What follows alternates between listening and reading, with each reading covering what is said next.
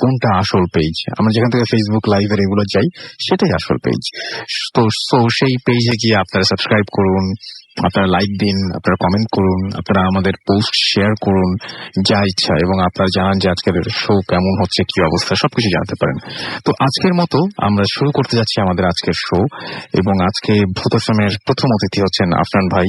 আমরা তার কাছে যাব তার ঘটনার জন্য। আফরান ভাই, চলুন আপনার ঘটনা যাই আমরা। থ্যাংক ইউ রাসেল ভাই। আসসালামু আলাইকুম লিসেনার্স, পবিত্র মাহে রমজানের শুভেচ্ছা সবাইকে। আমি এখন যে ঘটনাটি শেয়ার করব সেটি আমার জেলা রাজবাড়ী, সেই রাজবাড়ির ঘটনা, রাজবাড়ির পাচুরিয়ার ঘটনা। তো এই ঘটনাটি আসলে যার সাথে ঘটেছিল তার নাম আব্দুল হাকিম। উনি পেশায় একজন পান বিক্রেতা, অনেক মুরব্বী হয়ে গেছেন আর কি।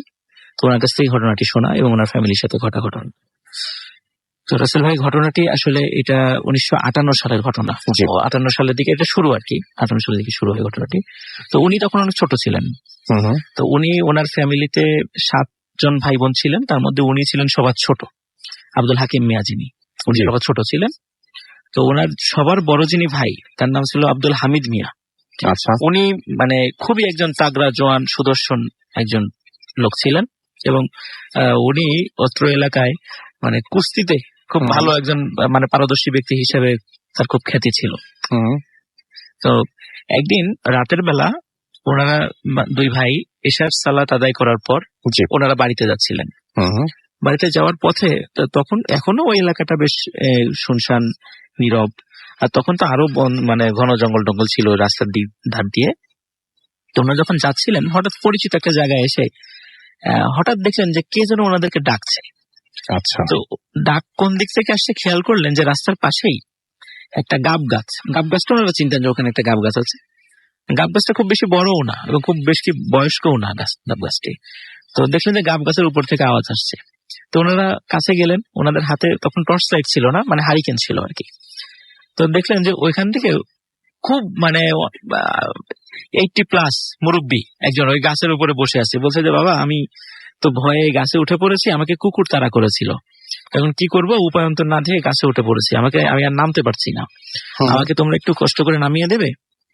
তখন ওই আব্দুল হামিদ মিয়ার যে ভাই, মানে হাকিম মিয়ার যে ভাই হামিদ মিয়া, যিনি মানে বড় ভাই ছিলেন আর কি, তো উনি বললেন, মুরব্বী আপনি এই বয়সে কিভাবে গাছে উঠে গেলেন? তো বললো যে আসলে ভয়ে উঠে গেছি, তখন অত বুঝতে পারি নাই, তো এখন তো আর নামতে পারছি না, আমাকে একটু নামিয়ে দাও। তো ছোট ভাই নিচে দাঁড়িয়ে আছে, বড় ভাই বললো যে ঠিক আছে আমি যাই, আমি গাছের উপরে উঠে ওনাকে নামিয়ে দিচ্ছি। ছোট ভাইকে বললো, আর উনি মুরব্বীকে আশ্বস্ত করলো আপনি অপেক্ষা করেন, আমি আসছি উপরে। গাছটাও বেশি বড় না। তো উনি সত্যি সত্যি গাছে উঠেছেন। ওঠার পরে ওই মুরব্বীকে বলছেন যে আপনি আমার গলা ধরে পিঠের সাথে ঝুলে থাকেন, আমি আস্তে আস্তে গাছ থেকে নেমে যাচ্ছি, তখন আমি এইভাবে আপনাকে নামিয়ে দেবো। বলে ঠিক আছে।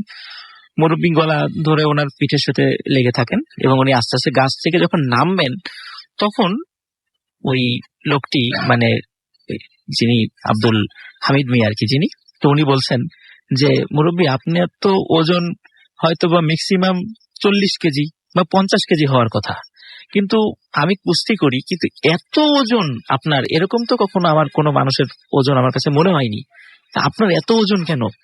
তখন মুরব্বী ওই মানে হাসতে হাসতে বলছেন যে কই, আমার তো বেশি ওজন না। তখন উনি কিন্তু বলছেন না না, আপনার অনেক ওজন, এত স্বাভাবিক মানুষের তো এত ওজন হয় না। কারণ উনি কিন্তু কুস্তি করতেন, কারণ কুস্তি করার সময় মানুষের ওজন মানে যদি অনেক বেশি হয় তার কাছে কিন্তু খুব বেশি মনে হওয়ার কথা না। তো যার কারণে ওনার কাছে এটা খুব বেশি মনে হচ্ছিল। তখন নিচ থেকে হঠাৎ করে ওই ছোট ভাই যিনি আব্দুল হাকিম মিয়া, যিনি আমাকে বলেছেন ঘটনা, উনি খেয়াল করলেন হঠাৎ করে তার ভাই গাছ থেকে ছুটে নিচে পড়ে গেলেন এবং তার পিঠ, মানে যে মুরব্বী যেই অংশে ঝুলেছিলেন, মুরব্বীটা নিচে পড়েছেন এবং উনি মুরব্বীর উপরে পড়েছেন, তার পিঠটা মাটির দিকে আর কি ছিল। তো আর একটা ব্যাপার লক্ষ্য করেন, পড়ার সাথে সাথে ওই মুরব্বী অদৃশ্য হয়ে যায়, ওখানে আর কেউ ছিল না, তার শুধু ভাই ছিল সেখানে। তো ভাই তো যন্ত্রণায় খুব মানে পড়ে যাওয়ার সাথে সাথে প্রচন্ড যন্ত্রণায় সে খুব চিৎকার চেঁচামেচি শুরু করেছে। এখন উনি ছোট মানুষ, ছোট ভাই, এত বড় শরীর, ভাইকে নিয়ে উনি কিভাবে কি করবেন? উনি দৌড়ে তাড়াতাড়ি বাড়িতে চলে যান। বাড়িতে গিয়ে বলেন যে ভাই বা গাছ থেকে পড়ে গেছে। তখন বাড়ির লোকজন তাড়াতাড়ি আসে, দেখে উনি গাছের নিচে সেন্সলেস হয়ে পড়ে আছেন। তখন তাড়াতাড়ি তাকে বাড়িতে নিয়ে যাওয়া হয়। বাড়িতে নিয়ে যাওয়ার পরে যখন ওনার জ্ঞান ফেরে, তখন দেখা যায় উনি শুধু ফেল ফেল করে তাকিয়ে আছেন, কোনো কথাও বলতে পারেন না, কিচ্ছু বলতে পারেন, পুরো শরীরটা প্যারালাইজড হয়ে গেছে। তখন তাকে রাজবাড়ী সদর হসপিটাল, তখন তো এত ভালো অবস্থা ছিল না হসপিটালের, তারপরে এখানে উন্নত চিকিৎসার জন্য ঢাকা মেডিকেলে নিয়ে যাওয়া হয়। ঢাকা মেডিকেল থেকে পরে এক্সরে করে দেখা হয় ওনার শরীরের পিছনে যে মেরুদণ্ডটা একদম মানে গুঁড়ো গুঁড়ো হয়ে গেছে। এখানে রাসেল ভাই মানে অদ্ভুত ব্যাপার, সেটা হচ্ছে ওখান থেকে পড়ে মেরুদণ্ডের হয়তো বা কোনো অংশ ভেঙে যেতে পারে, কিন্তু পুরা মেরুদণ্ড এরকম গুঁড়ো গুঁড়ো হয়ে যাবে এটা কিন্তু কল্পনা করা যায় না, এটা সম্ভব নয়। তো যাই হোক, ডাক্তাররা বলে দেন যে এটার কোনো ট্রিটমেন্ট নাই, এখন আপনারা তাকে বাড়িতে নিয়ে যান, তো এটার কোনো ট্রিটমেন্ট হবে না, ডাক্তাররা সরাসরি বলে দেন। তো তাকে বাড়িতে নিয়ে যাওয়া হয় এবং উনি আস্তে আস্তে ওনার দেহ আস্তে আস্তে শুকিয়ে যেতে থাকে এবং শেষ পর্যন্ত এমন ভাবে দেহটা ওনার শুকিয়ে যায় যে কোনো লোক দেখলেই ভয় পাবে, মানে এতটা শুকিয়ে যায়। ওনার মতো মানে সুঠাম দেহের লোক এতটা শুকিয়ে যাবেন এটা কেউ কল্পনাও করেনি। তো উনি এভাবে মারা যান। তো রাসেল ভাই ওনার যখন মারা যান, এরপরে ঘটে আর একটা ঘটনা। যিনি যে গল্পটা বলেছেন আর কি, আব্দুল হাকিম মিয়া, ওনার ইমিডিয়েট বড় একটা বোন ছিল, তার নাম ছিল হালিমা। তো এই হালিমা, তার বয়স ছিল মনে করেন 7 বা 8 এরকম বয়স ছিল। তো হালিমা গোসল করতে গিয়েছিল একটা পুকুরে। তো রাজবাড়িতে যারা আছেন, তারা রাজবাড়ি কুঠি পাচুরিয়া জমিদার বাড়ির কথা আপনারা অনেকেই শুনে থাকবেন। তো সেখানে একটা পুরাতন পুকুর আছে। তো হালিমা ওই পুকুরে গোসল করতে যায় একদিন। তো দুপুরবেলা গোসল করে ফিরে আসার পরে বাসার লোকজন হঠাৎ করে হালিমার পায়ের দিকে খেয়াল করে, বলে যে হালিমা তোর পায়ের সাথে এটা কি লেগে আছে? তখন হালিমা পায়ের দিকে খেয়াল করে যে পায়ের ঠিক নিচের দিকে একটা লতার মতো পেঁচিয়ে আছে। তখন বলে যে এটা তো আমি খেয়াল করি নাই। ওটা খুলে ফেলার চেষ্টা করে, তো অনেক চেষ্টা করে, কিছুতেই ওই লতাটা পা থেকে খুলতে পারে না। বাড়ির সকল সদস্য মিলে অনেক চেষ্টা করে, কিন্তু কিছুতেই ওই লতাটা খুলতে পারে না পায়ের থেকে। তো হালিমা বলতে থাকে যে মনে হচ্ছে যে এই লতাটা আস্তে আস্তে তার পাকে চাপ দিয়ে ধরছে এবং মনে হচ্ছে তাকে এই লতাটা টানতে টানতে ওই পুকুরের দিকে নিয়ে যাবে। সে বারবার তার বাড়ির সদস্যদেরকে এরকম বলছিল এবং চিৎকার চেঁচামেচি করছিল যে এই লতাটার কারণে তার পাটা আটকে যাচ্ছে, ওই জায়গাটা মনে হচ্ছে একদম মানে চিপে ধরেছে আর কি। তো রাসেল ভাই এই যখন, এটা কিন্তু প্রথম দিনই যে ঘটনাটা, গোসল করে আসার পরে রাতের বেলা হালিমাকে কোথাও খুঁজে পাওয়া যাচ্ছিল না। আচ্ছা, সবাই অনেক খোঁজাখুঁজি করে, কোথাও খুঁজে পাওয়া যাচ্ছিল না। তো সকালবেলা হালিমার ডেড বডি পাওয়া যায় ওই সেই পুকুরটাতে, যে পুকুরে সে গোসল করতে গিয়েছিল।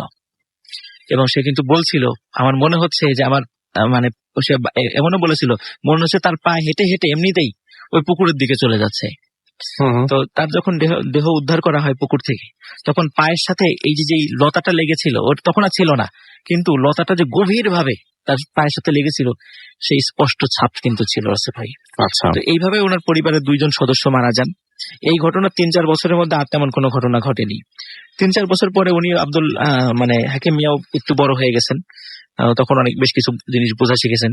তখন উনি লেখাপড়াও কিন্তু করেন নাই, তখন ওই ওনার বাবার সাথেই ওই আপনার হাটে যেত। ওনারা অনেক আগে থেকেই পানের ব্যবসা করতো আর কি, এখনো উনি পানের ব্যবসাই করেন। তো একদিন হাট থেকে ফেরার পথে উনি রাস্তার পাশে খাদ ছিল, দেখে যে খাদের নিচে কে যেন ওনাকে ডাকছে। তো উনি খেয়াল করে দেখলেন যে নিচে মানে একজন বৃদ্ধ মহিলা ওনাকে ডাকছে। তো বলছে যে বৃদ্ধ মহিলা বলছে যে বাবা আমি পা পিছলে পড়ে গেছি খাদের মধ্যে, আমি উঠতে পারছি না, তুমি আমাকে একটু কষ্ট করে উঠাই দেবে? ওই সময় হাকিম মিয়ার মনে পড়ছে একবার তো তার ভাই এরকম একজন লোক বলেছিল গাছ থেকে নামানোর জন্য, তখন একটা ঘটনা ঘটেছে। তখন উনি চিন্তা করলেন যে এই টাইপের কিছু হতে পারে, এই চিন্তা করে বিষয়টা ইগনোর করে চলে যাওয়ার চেষ্টা করেন। আবার মানবিক বিষয়টা ওনার মাথায় আসে, তখন মানবিক দৃষ্টি চিন্তা করে উনি বলেন আচ্ছা ঠিক আছে আমি নিচে আসবো না, আপনি ওখানে থাকেন, আমি দেখি কোন একটা রশি আপনার ওখানে পাঠিয়ে দিই, আপনি রশিটা ধরে থাকবেন, আমি টেনে উঠাবো আপনার ওখান থেকে, কিন্তু আমি নামবো না। তখন উনি মানে ওখানে ওনাকে অপেক্ষা করতে বলে একটু মানে আশেপাশে এলাকাতে ওনার সব চেনা একটা বাড়িতে গিয়ে বলেন যে একটু রশি দেন। তো একটু রশি নিয়ে আসে, রশি নিয়ে এসে দেখে যে হ্যাঁ ঠিক আছে, ওখানে এসে দেখে ওই মহিলা ওরকমই আছে। রশিটা দিয়ে দেওয়া হয় তাকে, বলে আপনি ধরে থাকেন, আমি আপনাকে টেনে তুলছি।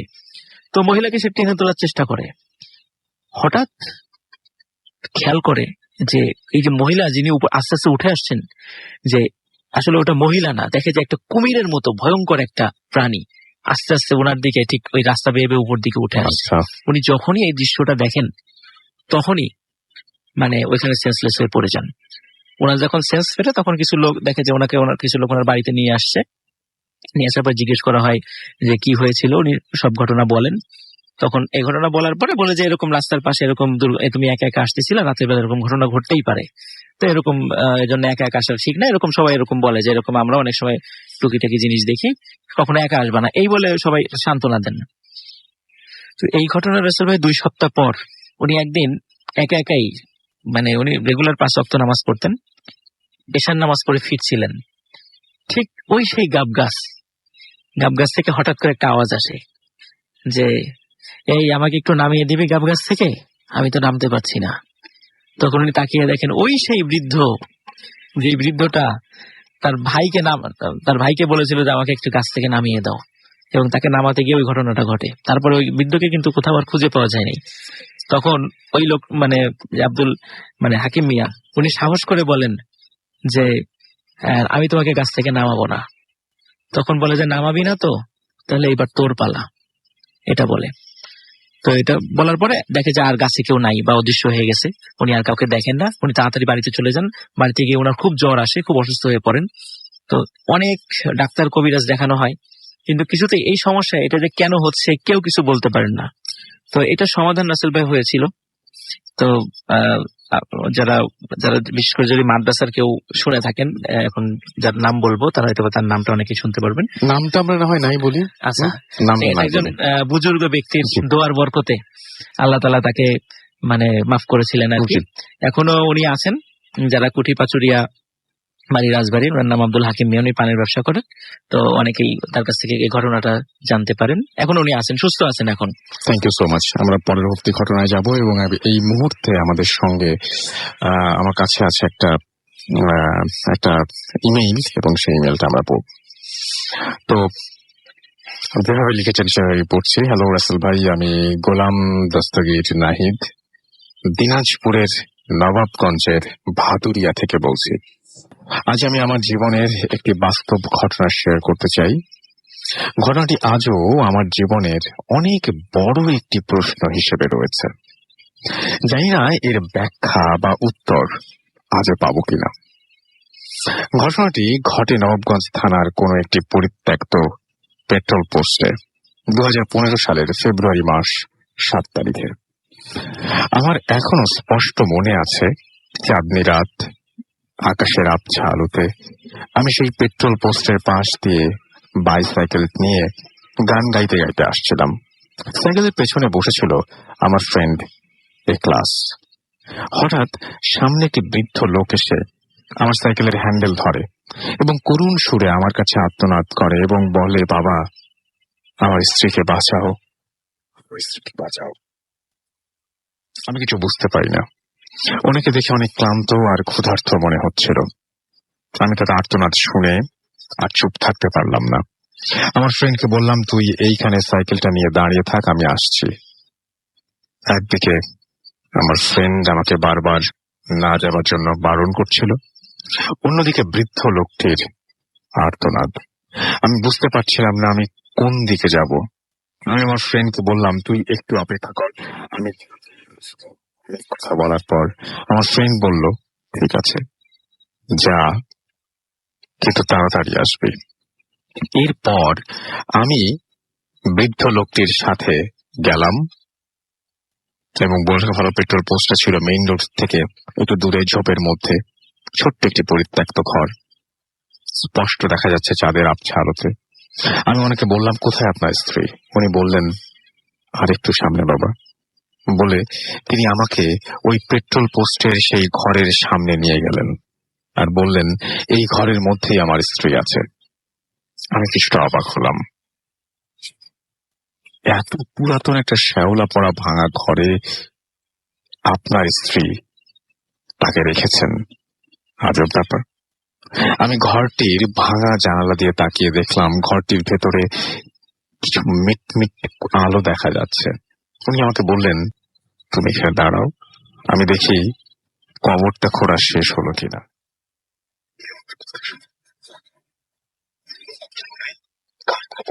আপনি না বললেন আপনার স্ত্রী অসুস্থ? উনি আমার কথার কোনো উত্তর না দিয়ে সামনে হাঁটতে শুরু করলেন। আমি ওখানে দাঁড়িয়ে রইলাম। চারিদিকে ঝোপ ঝাড়ের অন্ধকারের জনমানব শূন্য একটি জায়গা, কেউ নেই, শুধু আমি একা দাঁড়িয়ে আছি। চাঁদের আলোতে শুধু পেট্রোল পোস্টের ভাঙা ঘরটা দেখা যাচ্ছে। 10-15 মিনিট হয়ে গেল, ওনার কোনো পাত্তা নেই। আমি হাত ঘড়ির দিকে তাকিয়ে দেখি 11টা 45 মিনিট। অনেক অস্বস্তি হচ্ছিল, অবাক করা কাণ্ড। তৎক্ষণাৎ নাকে একটা বিশ্রী দুর্গন্ধ আসতে শুরু করলো। সময়ের সাথে সাথে গন্ধটি তীব্র হতে শুরু করলো। আমি চারদিকে খুঁজতে লাগলাম যে গন্ধটি কোথা থেকে আসছে। চারদিকে তন্ন তন্ন করে খুঁজলাম, কিন্তু কোথাও কিছু পাচ্ছিলাম না। অবশ্যই দেখা বাকি সেই পেট্রোল পোস্টের ঘরটি হাত দেখে আমি হালকা হালকা ভয় পাচ্ছিলাম। 1 পা 2 পা করে আমি সেই ঘরটির দিকে যাই এবং নাকে বিশ্রী দুর্গন্ধটা আরো বেশি অনুভব করতে থাকি। অবশেষে ঘরটির কাছে পৌঁছালাম। ঘরটি থেকে এত বেশি দুর্গন্ধ আসছিল যে নিঃশ্বাস নিতে কষ্ট হচ্ছিল। সাহস করে হাত দিয়ে এক ধাক্কায় দরজাটা খুললাম এবং বিশ্বাস করতে পারবেন না, আমি দরজাটা খুলে ভেতরে যা দেখলাম তা দেখার জন্য আমি মোটেও প্রস্তুত ছিলাম না। আমি দেখলাম যে ওই ঘরটির মধ্যে একটি লাশ গলায় দড়ি দিয়ে ঝুলে আছে। যিনি ঝুলে আছেন তিনি আর কেউ নন, সেই বৃদ্ধ লোকটি আমাকে, যিনি স্ত্রীর কথা বলে এখানে নিয়ে এসেছেন। এসব দেখার পর আমি আর এক মুহূর্ত ওখানে থাকতে পারলাম না। আমি ওখান থেকে বাড়ির দিকে দৌড় দিয়ে ঘরটি থেকে বেরিয়ে এসে দেখি সেই বৃদ্ধ মানুষটির লাশটি একটি সাদা কাফনে জড়িয়ে ঘরটির দরজার সামনে পড়ে আছে। এরপর আমি নিজেকে আর কন্ট্রোল করতে পারিনি, এক চিৎকার দিয়ে ওখানেই জ্ঞান হারাই। পরে আমি নিজেকে আবিষ্কার করি আমার বাসায়। আমার ফ্রেন্ড আমাকে বলে, কিরে তুই কাল রাতে ওই বৃদ্ধ লোকটির কথায় ওনার সাথে ওনার স্ত্রীকে দেখতে গেলি, তারপর তোর গলার আওয়াজ শুনে আমি ওখানে গিয়ে দেখি তুই পেট্রোল পোস্টের সেই ঘরটার সামনে জ্ঞান হারিয়ে পড়ে আছিস। কাল রাতে ওখানে কি হয়েছিল?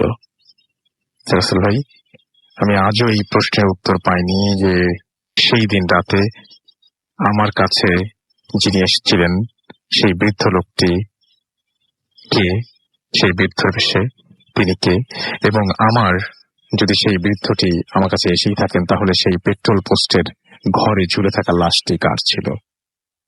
আমি আজও এর ব্যাখ্যা পাইনি। যদি কারো কাছে এই ঘটনার কোনো ব্যাখ্যা থাকে তাহলে প্লিজ জানাবেন। এই ছিল আমার জীবনে ঘটে যাওয়া চিরসত্য ঘটনা। ঘটনাটি শেয়ার করার মতো সাহস পাচ্ছিলাম না।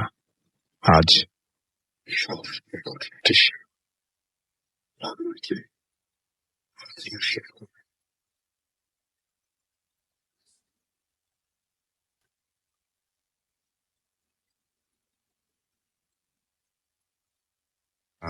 ছোট্ট একটা বিরতি নেব এবং বিরতির পরে আমরা আবারও ফিরে আসবো আপনাদের কাছে। আশা করছি সেই পর্যন্ত আপনারা সবাই আমাদের সঙ্গেই থাকবেন। Stay tuned to Radio Furti and don't stop.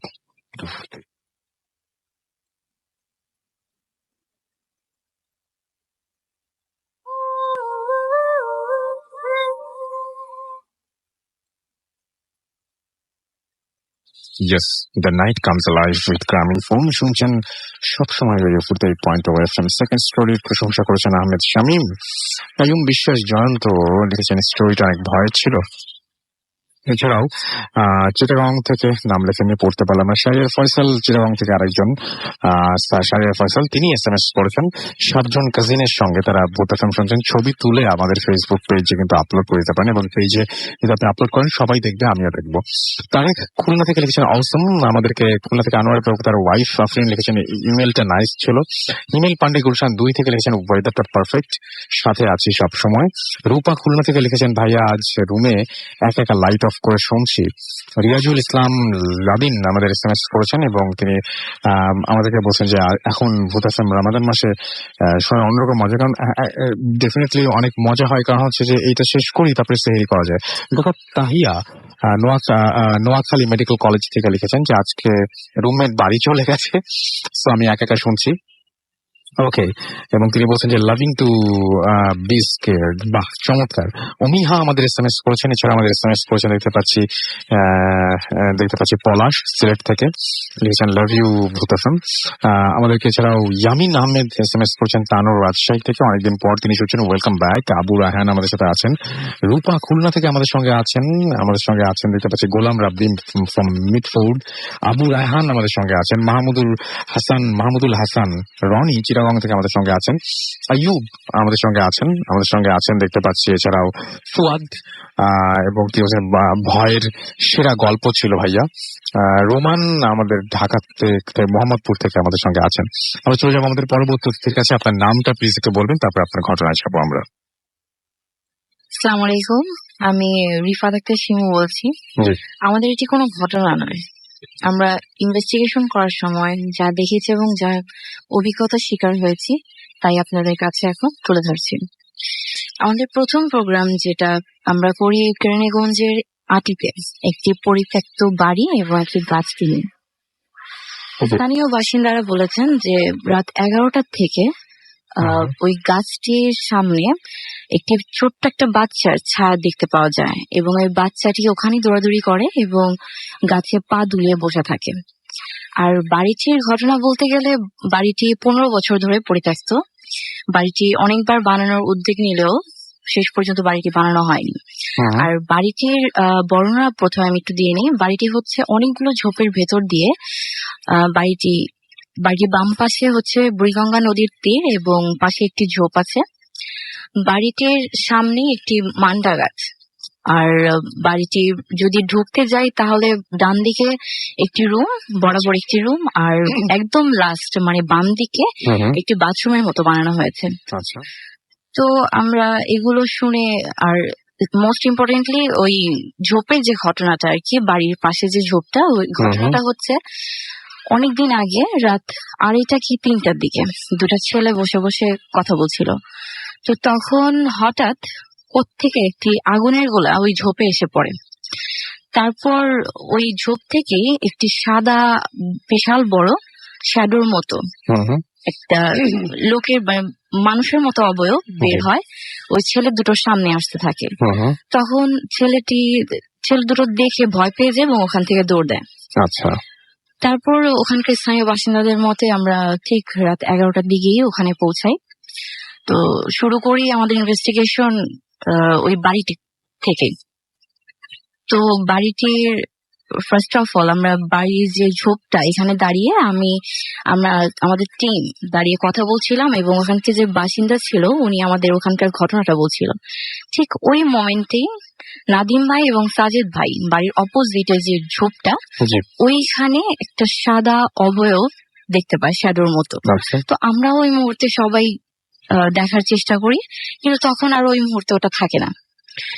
তারপর আমরা ওই বাড়িটিতে ঢোকার সিদ্ধান্ত নেই।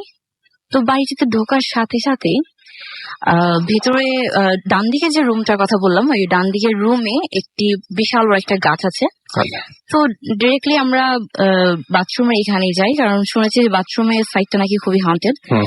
তো বাথরুমে এখানে যেতে না যেতে পা রাখতেই একদম কর্নার থেকে বাথরুমের একটা কালো ছায়ার মতো আমাদের মাথার উপর দিয়ে যায়। তো এটা দেখে আমরা সবাই একদম ভয় পেয়ে যাই। তো তখন ওইখান থেকে বের হওয়ার চেষ্টা করি। ওই মুহূর্তে নাদিম ভাইয়ের জ্যাকেট ধরে কেউ একজন টান দেয়। তো আমরা ওখান থেকে বের হয়ে পুনরায় আবার ভেতরে ঢোকার সাথে সাথে সাজেদ ভাইকে কেউ একজন ধাক্কা দেয়। দেন আমরা ওখান থেকে বের হয়ে আমাদের ক্যামেরা তারপরে টর্চ লাইট সব বন্ধ করে দিয়ে ভাবতে থাকি যে এগুলো কি হচ্ছে, থাকি আমরা তো ওইগুলো আশা করিনি।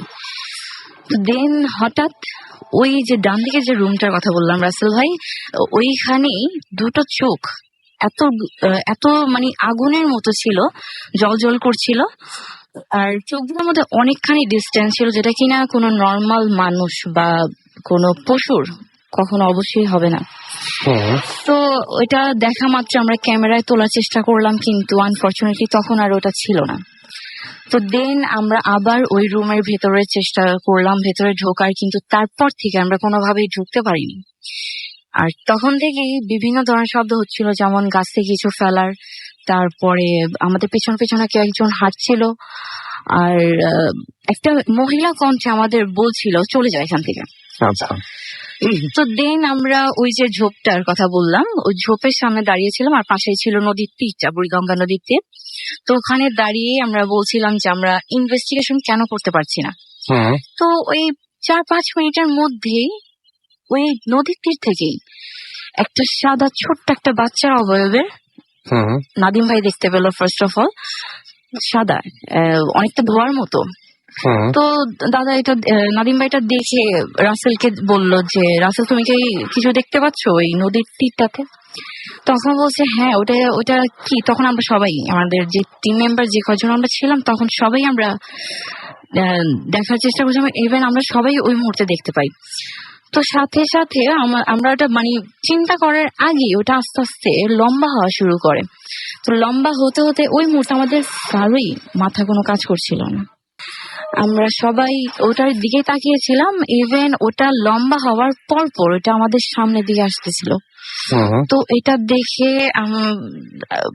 মানে আমাদের সৌভাগ্য যে নাদিম ভাই আমাদের ওই মুহূর্তে বলে যে সবাই দৌড় দিতে। ওই মুহূর্তে আমরা সবাই ওখান থেকে দৌড় দিই, পুরো টিম মেম্বার আমরা দৌড় দিই। আর আমাদের সাথে যে ওখানকার বাসিন্দা ছিল গফুর ভাই, উনিও ওই জিনিসটা দেখে। তো ওখান থেকেই আমরা চলে আসি আর আমাদের ইনভেস্টিগেশন ওইখানেই শেষ হয়েছে। ওকে, থ্যাংক ইউ সো মাচ। আপনার ঘটনার জন্য আপনাকে অনেক অনেক অনেক অনেক ধন্যবাদ। আমরা পরবর্তীতে আপনার কাছে আবারও ফিরে আসবো। আমরা চট করে আরেকটা ইমেইলে চলে যাই। তবে তার আগে, ইমেইলে যাওয়ার আগে আমি একটু আমাদের ফেসবুকে যারা লিখছেন তাদের ব্যাপারে একটু কথা বলতে চাই। সেটি হচ্ছে যে আমি দেখছি যে আমরা গত মানে এই সপ্তাহের মাঝামাঝি সময়ে আমরা একটা পোস্ট দিয়েছিলাম 14 তারিখে, এবং এই 14 তারিখের পোস্টে আপনারা অনেকেই আপনাদের মতামত জানিয়েছেন, অনেকে কমেন্ট করেছেন। সেটা হচ্ছে আমরা একটা পোস্ট দিয়েছিলাম, আপনারা নিশ্চয়ই দেখেছেন, যে মেন্টাল অ্যাসাইলাম নিয়ে, তাই না? এবং সেই মেন্টাল অ্যাসাইলামের ঘটনা ইনশাল্লাহ আমরা শুনবো, আশা করছি কিছুক্ষণের মধ্যে। দেখা যাক যদি সময় পাই। আর এখন আপনারা যে অনেকে লিখছেন দেখতে পাচ্ছি যে আমাদের ফেসবুক যে পেজটা রয়েছে সেই পেজে অনেকে লিখছেন। দেখতে পাচ্ছি যে আমরা লাইভে গেছিলাম, ওটাতে সম্রাট হোসেন সোহান আমাদের সাথে আছেন, মোহাম্মদ রাতিকুল আলম রাতুল আমাদের সঙ্গে আছেন সাইমুল, এছাড়া আমাদের সঙ্গে আছেন শাকিল হোসেন রিফাত, এছাড়াও আফসান মাহমুদ রেয়াদ, হোসেন আহমেদ আমাদের সাথে আছেন এমডি সেতু ধ্রুব আমাদের সাথে আছেন, আমাদের সাথে রয়েছেন দেখতে পাচ্ছি রেজানুল হক রনি, এছাড়াও আমাদের সাথে আছেন এমডি ওবায়দ এস কে, মারুফ হাসান আমাদের সঙ্গে রয়েছেন দেখতে পাচ্ছি তাহাতুন রিয়া, এছাড়া হুসাইন আহমেদ আমাদের সঙ্গে আছেন, শিমুল মিয়া আমাদের সঙ্গে আছেন, রাফসান আহমেদ ইমন আমাদের সঙ্গে আছেন, এমডি টিটু আহমেদ আমাদের সঙ্গে আছেন দেখতে পাচ্ছি পিকে পলাশ সহ আরো অনেকে। তো আপনারা দেখতে পাচ্ছি অনেকে অ্যাপ দিয়ে শুনছেন, যেমন তুষার আহমেদ অ্যাপ দিয়ে শুনছেন, রিফাত আমাদের সাথে আছেন, জুবাইর ইবনে রাব্বি আমাদের সঙ্গে রয়েছেন দেখতে পাচ্ছি শাকিল মাহমুদ থেকে শুরু করে আরো অনেকে। তো আমরা যেটা করব, এবং ভিজুয়াল ইসলাম ওয়াহিদুল ইসলাম রকি তিনি অ্যাপ দিয়ে শুনছেন। তো আমাদের সঙ্গে যেটা আমরা এখন করব সেটা হচ্ছে যে আচ্ছা আরো আছেন জাহিদুল ইসলাম দোলন আমাদের সঙ্গে আছেন, তিনিও অ্যাপ দিয়ে শুনছেন। আমাদের সঙ্গে আরো অনেকেই আছেন এই মুহূর্তে, অচেনা বালক তিনি অ্যাপ দিয়ে শুনছেন। থ্যাংক ইউ ভেরি মাচ যারা অ্যাপ দিয়ে শুনছেন একদম সরাসরি, আপনাদেরকে অনেক অনেক ধন্যবাদ। আমরা চলে যাচ্ছি আমাদের পরবর্তী ঘটনায়, এবং এই ঘটনাটি পাঠিয়েছেন আমাদের একজন লিসেনার, দেখি নাম বলা যাবে কিনা, আগে তো জানি না, সুতরাং ঘটনাটা পড়ে তিনি নিষেধ করেছেন নামটা বলতে। ওকে, আমরা ঘটনায় যাই। হ্যালো রাসেল ভাইয়া, আসসালামু আলাইকুম। আমি জানি আপনি সবসময় ভালো থাকেন আর সবসময় ভালোর দলে, তাই কেমন আছেন জানতে চাইলাম না। আমার নামটা প্রকাশ করবেন না প্লিজ, আমি পড়ি। আচ্ছা তারপরে আপনার নাম বলে দিয়েছেন, এই নামটা নিচে লিখবেন তখন। আচ্ছা, নীলফামারী থেকে তিনি লিখছেন, আমার ঘটনাটি ব্ল্যাক ম্যাজিক নিয়ে, যেটা আমার উপর করা হয়েছিল। ঘটনাটি 2016 সালের। ঘটনাটি কিভাবে শুরু হলো সেটা আগে বলি। আমার একটি ছেলের সাথে 2 বছর রিলেশন ছিল, কিন্তু ছেলেটির কিছু সমস্যা ও খারাপ কিছু কাজের জন্য আমার রিলেশনটা আমরা ব্রেকআপ হয়ে যায় আমাদের 2016 সালে। তারপর থেকে শুরু হয় আমার সাথে খারাপ কিছু ঘটনা। সময়টা ছিল 2016 মে মাস। রোজ রাতের মতো ঘুমাচ্ছিলাম, রাত 3টার দিকে হঠাৎ ঘুম ভেঙে যায়। আমি দেখি আমার মাথার কাছে 3-4 বছরের একটি ছেলে দাঁড়িয়ে আছে। ছেলেটির চুলগুলো লম্বা ছিল আর কোঁকড়ানো। ছেলেটির চেহারা সাধারণ ছিল, কিন্তু তারপরও কেমন যেন ভয়ানক। সে 3-4 সেকেন্ড আমার মাথার কাছে দাঁড়িয়েছিল। সে চলে যাওয়ার পর আমার হুঁশটা ফেরে। আমি আসলে ভয় একটু কম পাই ছোট থেকেই, তাই কিছু মনে করিনি, ভেবেছি আমার স্বপ্ন। কিন্তু প্রতিদিন আমি সেই ছেলেটাকে দেখতাম। এভাবে 10-12 দিন চলে গেল। আমি যখন ছেলেটিকে প্রথম দেখা শুরু করলাম, সেদিন থেকে আমি আস্তে আস্তে সিক হতে শুরু করলাম। মাথা ব্যথা, সর্দি, জ্বর ছিল। একদিন আমি রাতে যখন ঘুমাই, ঠিক 3-4 দিকে ওই ছেলেটি আবার আসে আমার কাছে। কিন্তু সেদিন সে এসে শুধু আমার কাছে দাঁড়িয়ে ছিল না, আমার মাথার চুল প্রচন্ড জোরে টান দেয়। আমি বিছানা থেকে উঠে পড়ি তাড়াতাড়ি, কিন্তু সেই ছেলেটিকে আর দেখতে পাই না। তার পরের দিন আমার প্রচন্ড মাথা ব্যথা শুরু হয়। আমি এতই সিক হয়ে পড়ি যে আমি মাথা উঠাতে পারতাম না। তার 3-4 দিন আমার সাথে কিছু হয়নি, কিন্তু 5ম দিন আমার মাথায় সেই ছেলেটি আমার কাছে এসে আমার পা ধরে জোরে টান দেয়, আর আমি উঠে পড়ি তাড়াতাড়ি। সেদিন আমি একটু বেশি ভয় পেয়েছিলাম, কারণ ছেলেটি সেদিন আমার মানে একা আসেনি, সাথে একজন লম্বা কালো আলখাল্লা পরা লোক ছিল সাথে। তারপর সেদিন তার পরের দিন আমি পায়ে খুব ব্যথা অনুভব করি।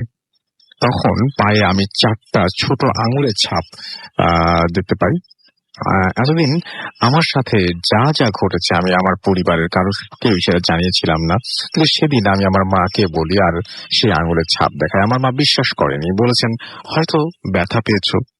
আমি তাকে কোনোভাবেই বোঝাতে পারিনি যে কিছু দিয়ে কেটে গেলে বা লাগলে আঙুলের ছাপ তো বসবে না। এভাবে আমি প্রতিদিন সিক হয়ে যাচ্ছিলাম।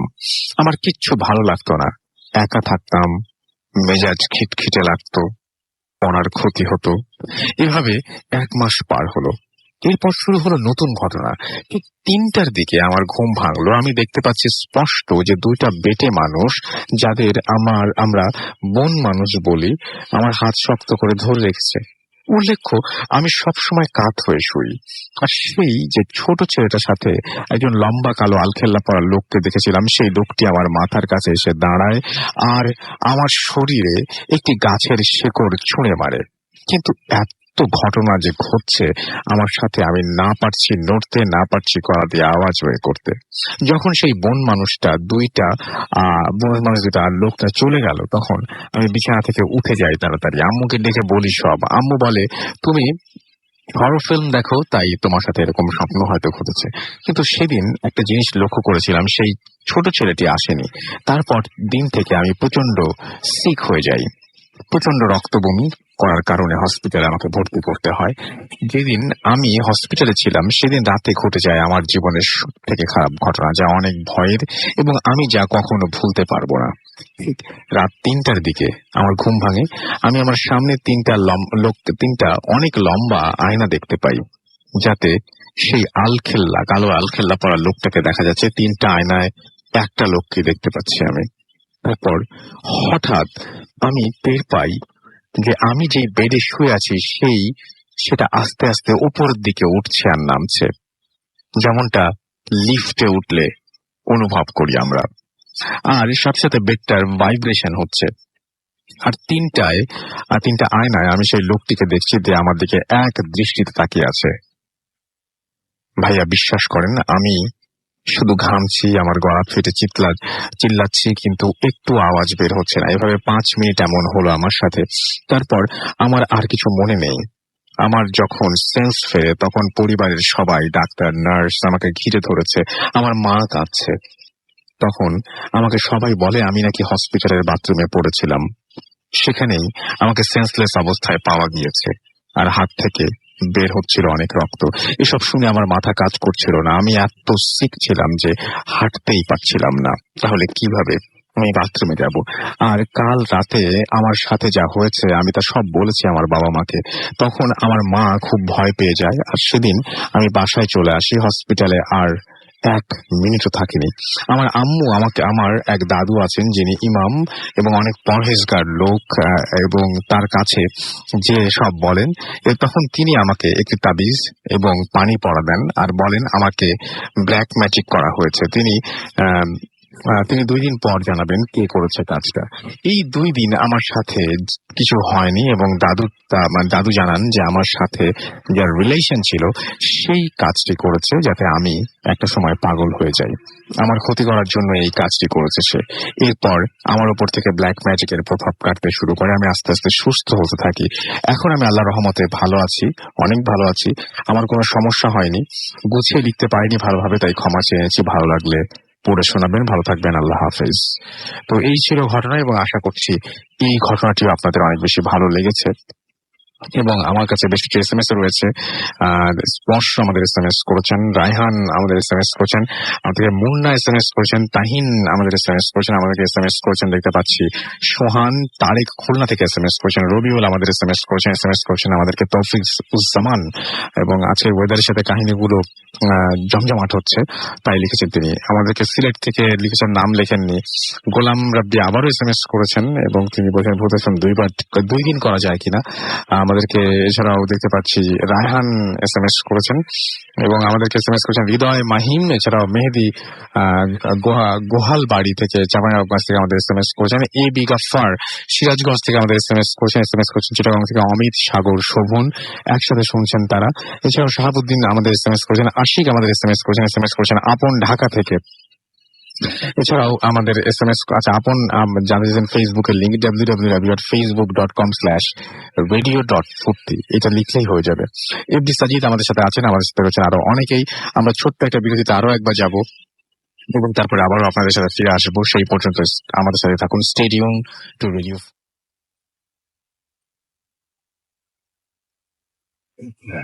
Night comes alive with coming song.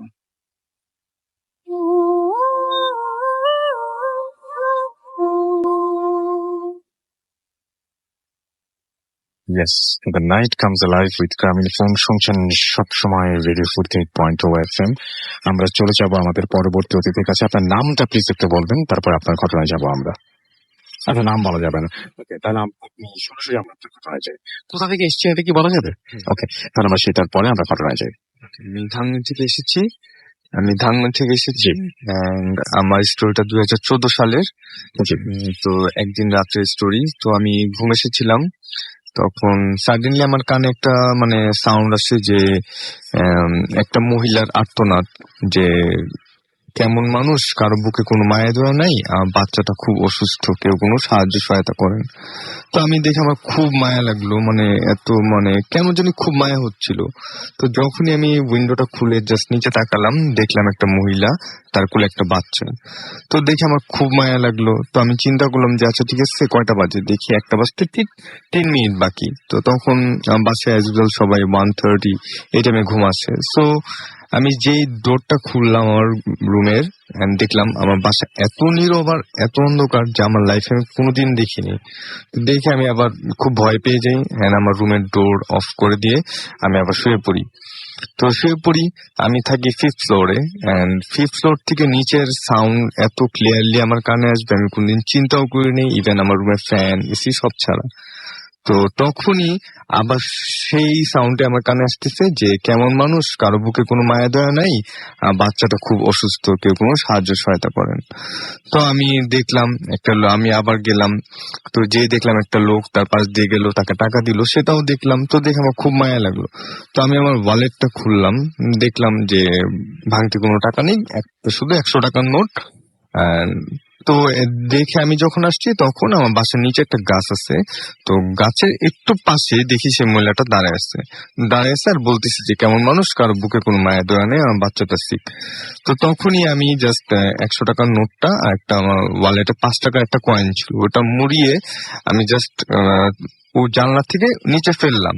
তো ঠিক কয়েনটা তার পায়ের সামনে যে পড়লো, সে কয়েনটা ধরলো, বাট তার মাথাটা 360 ঘুরে আমার দিকে একটা হাসি দিল। আর সে হাসি আর তার কোলের যে বাচ্চা, তার বাচ্চার চোখ দিয়ে মনে হচ্ছিল যে আগুন বের হচ্ছে। আমি এটা দেখে জাস্ট 3 থেকে 5 সেকেন্ড জাস্ট আমি সরে গেলাম। জাস্ট সরে যেয়ে আমি এরপরে আবার যখন তাকিয়েছি দেখি কিচ্ছু নাই।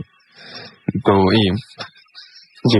তো এর পরের পার্ট যেটা সেটা তো এরপরে যখন তো আমি শুয়ে পড়লাম ভয়ে। তো এরপরে যখনই আমি শুলাম, এর কিছুক্ষণ পরে হবে 10 to 15 মিনিট পর আমার ছোট বোন অনেক চিল্লাফেল্লা করে স্টার্ট করলো। তো সবাই রুমে গেলাম, ওর যে কি হয়েছে। তো বলতেছে যে ভাইয়া এরকম এরকম, আমি জানলা খুললাম যে একটা মহিলার আত্মনাদ শুনলাম, যে মহিলা বলতেছে যে কেমন বাচ্চা, কেমন মানুষজন, কারো বুকে কোনো মায়া দয়া নেই, আমার বাচ্চাটা খুব অসুস্থ। তো আমি দেখলাম, কিন্তু আমি কেউকে দেখিনি। তো আমি আবার উইন্ডো লাগাই শুয়ে পড়লাম। শোয়ার কিছুক্ষণ পরে ঠিক মানে আমার যখন চোখটা লাগবে ওই সময় একটা জাস্ট দেখলাম একটা মহিলা আমার বুকে ভর দিয়ে আমার গলা চাপ দিল। তো এটা দেখে আমি মানে আমার নিজে কন্ট্রোল রাখতে পারিনি, তাই আমি এত জোরে চিৎকার দিছি, তো সবাই উঠে গেছে। তো আমিও তখন বললাম যে এরকম এরকম বলছে যে আমার বাচ্চাটা অসুস্থ, এগুলা বলে হ্যাঁ ব্যাস সেম, আমি এই জিনিসটাই শুনছি, কিন্তু তুমি দেখছো আমি দেখি নাই, কিন্তু আমি ফিল করছি, তুমি সেটা ফিল করো নাই। তো এই ছিল আমার ঘটনা। আচ্ছা, আপনি একটা জিনিস বলছিলেন যে আপনাদের ফ্যামিলির সাথে আপনি ধারণা করছেন যে ব্ল্যাক ম্যাজিক করা হয়েছে, কারণ আপনি বলছিলেন যে আপনাদের ফ্যামিলির একটা অনেক উপরের একটা অবস্থান থেকে আবার নিচে নেমে আসে, মানে এরকম আপস এন্ড ডাউন অনেক বেশি। এটা কি হয়েছিল একটু আমাকে বলবেন হালকা? বলা যাবে না, বাট এমনি আপনি ব্ল্যাক ম্যাজিক যে হয় এটা আপনি বিশ্বাস করেন, এবং আপনার একটা ভুক্তভোগী, জি সাফারার আপনারা। এন্ড এটা আপনাদের পরিবারের সাথে কতদিন ধরে চলছে সেটা কি বলা যাবে? 2007 থেকে। 2007 থেকে। আর কোনো কিছু আপনি এর চাইতে বেশি কিছু বলবেন না এখন? ফাইন, আমরা চলে যাই আমাদের হাফেজ মাইনুদ্দিন ভাইয়ের কাছে। তারও একটা ঘটনা ঘটেছে, সেই ঘটনাটা আমরা শুনি এবং আশা করছি যে সেই ঘটনাটা আপনাদের ভালো লাগবে। আসসালামু আলাইকুম ভাইয়া। আমি বেশ কতদিন আগে রাত 11টার সময়তে আমি কবরস্থানের ভিতরে প্রবেশ করি। তো সেই কবরস্থানের প্রথম দরজাটার সামনে আলোকিত এবং কয়েকটা মানুষ ছিল। তো ভেতরটা তো কোনো মানুষ, রাত 11টার সময় ভেতরে খুব নির্জন। আমি হাঁটতে থাকি ভেতর দিকে। তো যখন হাঁটতে থাকি কবরস্থানের ভেতরটা দিয়ে, তো কবরস্থানের মাঝ বরাবর যার ঘর আছে বাম পাশে, আর ডান পাশে হইতেছে লাশ গোসল দেওয়ার স্থান। তো সেইখান থেকে আমার একটা সমস্যা দেখা দেয়, সেটা হইতেছে ওই জায়গা যখন আমি পার হইতেছি, সেখান থেকে আমার পেছনে কে যেন একেবারে পায়ের শব্দ হাঁটতেছে, যে আমার সাথে সাথে আসতেছে। সেটা আমি স্পষ্ট শুনতে পাইতেছি যে আমার সাথে সাথে সে হেঁটে হেঁটে আসতেছে, খুব শব্দ হইতেছে বাতাসে।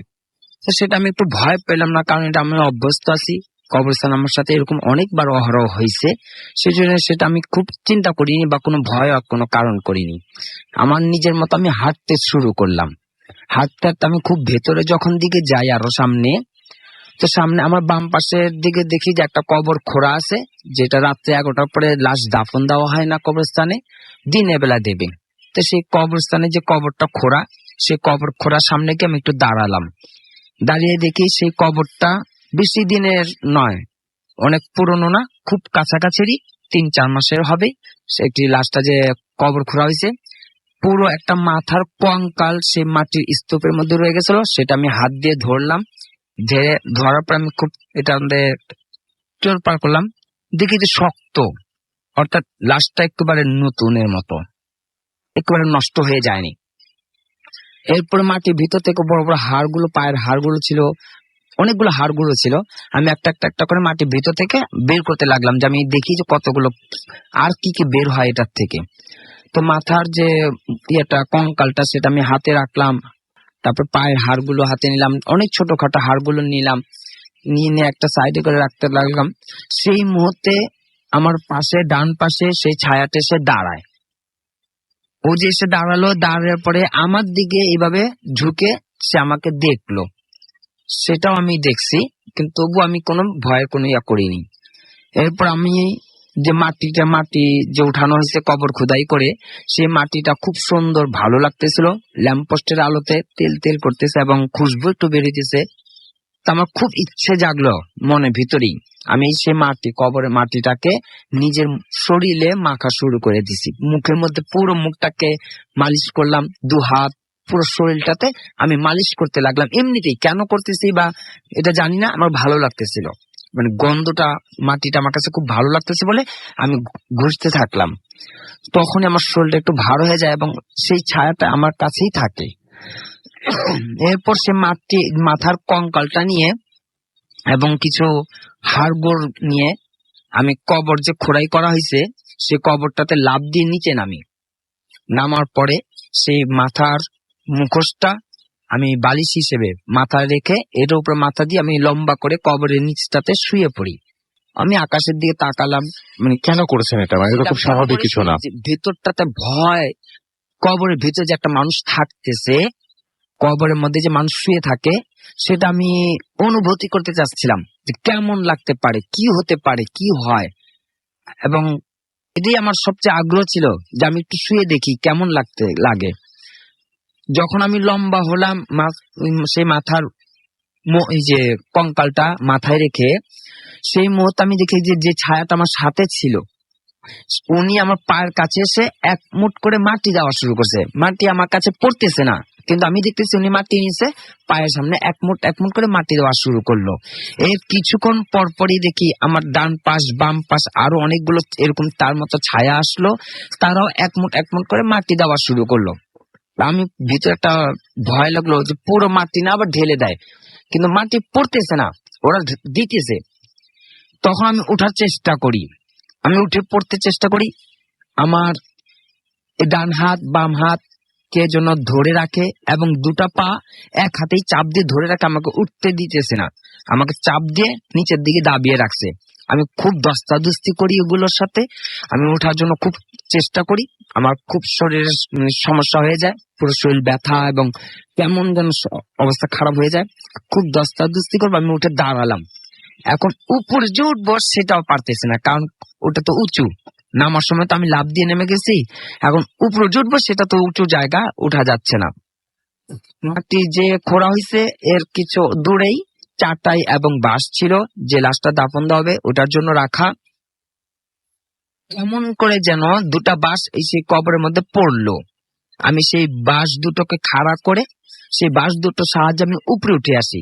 এর আগে আমাকে যেটা চোখে ধরা পড়ে, ওই যারা আমাকে মাটি দিতেছিল তারা সবাই একত্রিত হলো, একসাথে হয়ে হাত বাড়াইতেছে আমাকে উঠানোর জন্য, কিন্তু তাদেরকে স্পর্শ করা যায় না, ধরতে পারি না। তারা জিন ছিল না, জিন থাকলে এটা আমি সহযোগিতা করতে পারতাম। তা আমার হাতে যে হাড় ছিল সেটা আমি তাদেরকে হাতের মধ্যে স্পর্শ করতেছি, কিন্তু ছোঁয়া লাগতেছে না, তাদের হাত ধরা যায় না, তাদের স্পর্শ করা যায় না, আমাকেও তারা সহযোগিতা করতে পারতেছে না। তারা হাত বাড়াইতেছে, সবাই 5-7 জন মিলে হাত বাড়াইতেছে উঠানোর জন্য, আমাকে উঠাবে, কিন্তু পারতেছে না। তা আমি নিজে বাঁশ দিয়ে ওই সাহায্যে আমি উপরে উঠলাম। যখন আমি সামনের দিকে চলে যাচ্ছি, সেই কবর খোঁজার থেকে সামনে চলে যাচ্ছি, ওরা আমার কাছেও আসে না, ওরা সেইখানে দাঁড়িয়ে বারবার শুধু আমাকেই দেখতেছে, বারবার শুধু আমাকে দেখে, কিন্তু কাছে আর আসে না, ওইখানে দাঁড়িয়েছিল তারা। পরবর্তীতে আমি সামনে একটু আগে বাড়ার পরে আমি ঘুমাবো আর কি, আমার খুব ক্লান্ত লাগতেছে। তো আমি একটা কবরের উপরে মাথা রেখে লম্বা হয়ে ঘুমালাম। সেই মুহূর্তে একটা বিড়াল এসে কান্না করতে থাকে, এমন কান্না মনে হইতেছে সে আমাকে মৃত্যুটাকে আমার খবর দিতেছে যে তুমি সময় শেষ, তুমি কিছুদিন পরে এখানে চলে আসবা। তা আমি বিড়ালটাকে একটু ধমক দিলাম, যাও, আমার সামনে কেন কান্না করো, তুমি আমার সামনে কেন কান্না করো, তুমি আমাকে মৃত্যুর খবর দিতেছো। এখন অনেকে হয়তো জানা নেই এই সংবাদটা কিন্তু হয়, কুকুরে কান্না করে, বিড়াল কান্না করে, ঘুমের মধ্যে অনেকে দেখা দেয় যে তুমি চলে আসো, মৃত্যু সংবাদ আমাদের এখনো আসে। তো বিড়ালটা যখন কান্না করতেছে আমি ওকে ধমক দিলাম, ও সরে নেই, পরে খুব দৌড়ান দেওয়ার পরে সরে গেছে। কিন্তু এখনো পর্যন্ত কখন যেন যে কোনো একটা সময়তে সেই যে ছায়া আমার সাথে ছিল, সেই ছায়াটা আমার কাছে আসলে আমি আর কোথাও থাকতে পারি না, আমাকে খুব দ্রুত আমি সেই কবরস্থানের ওই জায়গাটাতে গিয়ে বসে থাকি। এবং ওইখানে যাওয়ার পরে দেখা যাচ্ছে কিছুক্ষণ পর বা 1-2 দিন পর ওই বিড়ালটাও এসে আমার সামনে সেই রকম ভাবে কান্না করতে থাকে, মেও মেও করে কেমন যেন কান্না করতে থাকে যে আমি আর থাকবো না দুনিয়াতে, আমি চলে যাবো, এই জন্য আমার জন্য দুঃখ প্রকাশ করতেছে। আমি তখন বিড়ালটাকে ধমক দিয়ে দিই। আর সেইটা এখনো হয় ঘটনাটা, যে ওই ছায়া আমার কাছে আসলেই আমি আর থাকতে পারি না, আমি যে রাত হোক, যত পেরেশানি থাকুক, যেখানেই থাকি না কেন, আমি ছুটে সেই কবরের সেই জায়গাটার মধ্যে বসে পড়ি এটা আমার সাথে এখনো ঘটনাটা ঘটে। Okay, thank you so much, thank you. আমরা চলে যাব পরবর্তী ঘটনায়, তবে তার আগে আমার কাছে কিছু ফেসবুকে কমেন্ট আছে যেগুলো আমরা পড়ে ফেলতে চাই। শিরোনামহীন আমাদেরকে লিখেছেন, রাসেল ভাই আমরা 7 জন মালয়েশিয়া থেকে শুনছি, থ্যাংক ইউ ভেরি মাচ আমাদের সাথে থাকার জন্য। এছাড়া আমার সাথে আছেন দেখতে পাচ্ছি জয় চৌধুরী, বলেছেন যে ভালো লাগছে। ভালো। মোহাম্মদ জয় আমাদের লিখেছেন ভয় লাগছে। মনিরুল ইসলাম লিখেছেন হাই। এছাড়া আমাদেরকে নাইমুল ইসলাম মুন্না আমাদেরকে বলছেন 2 বার সপ্তাহে করা যায় কিনা শো। আমরা প্রচুর যদি ঘটনা পাই তাহলে ডেফিনেটলি আমরা 2 বার করবো, তবে আপনাদের প্রচুর ঘটনা পাঠাতে হবে, সেই ক্ষেত্রে ডাবল পাঠাতে হবে এখন যা পাঠান। রৌফ নাটক থেকে আমাদের সাথে আছেন, প্রিয়দীপ রিয়া আমাদের সঙ্গে আছেন, 6 প্যাক শিপু আমাদের সঙ্গে আছেন, এমডি রাসেল হাসান আমাদের সঙ্গে আছেন, নাহিদ হাসান শুনছেন অ্যাপ দিয়ে, এমডি সালাউদ্দিন আমাদের সাথে আছেন। আমরা এখন কিন্তু রেডিও ফুর্তি পেজ থেকে পড়ছি, আমাদের সাথে আছেন দেখতে পাচ্ছি আরো অনেকেই, এবং আমাদের সাথে দেখতে পাচ্ছি যে অনেকেই আমাদের সাথে আছেন। আফরোজা মায়া আমাদের সঙ্গে আছেন দেখতে পাচ্ছি। এছাড়াও সুফল কুমার জয় আমাদের সাথে আছেন, টুইঙ্কেল তানিয়া, এছাড়াও এমডি রবিউল হক ইসলাম আমাদের সঙ্গে আছেন, আমাদের সাথে আছেন হাসান আল তানজিম, এছাড়া আমাদের সাথে আছেন এমডি সৈকত মল্লিক আদি, এছাড়া আমাদের সঙ্গে আছেন পিকে প্রিন্স খান, হাসান মাহমুদ আমাদের সঙ্গে আছেন একে, আচ্ছা এছাড়া রকি আমাদের সঙ্গে আছেন, আমাদের সাথে আছেন দেখতে পাচ্ছি পাগল কামাল সহ আরো অনেকে। আপনি যদি থাকতে চান তাহলে চলে আসুন আমাদের এখানে, এবং আমাদের সাথে SMS করতে হলে মোবাইলের মেসেজ আপনাকে টাইপ করুন ফুর্তি FORTI ফুর্তি স্পেস আপনার নাম স্পেস আপনার মেসেজ পাঠিয়ে দিন 9840 নাম্বারে।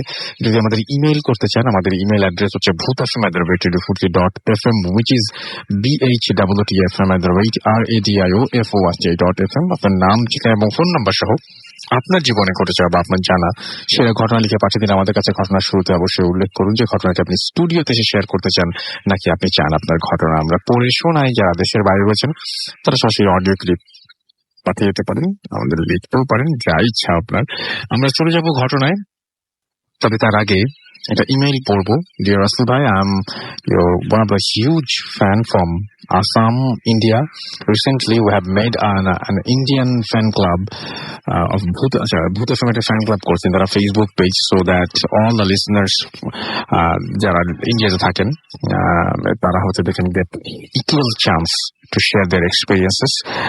আসলে ডিরেক্টলি সবাই কিন্তু শেয়ার করতে পারে, বাট আপনি লোকাল স্টোরিজ যদি আপনি কালেক্ট করতে চান তাহলে অবশ্যই আমরা এনকারেজ করি ফ্যান ক্লাব খোলার জন্য। And thank you very much আমাদের ফ্যান ক্লাব ওপেন করার জন্য।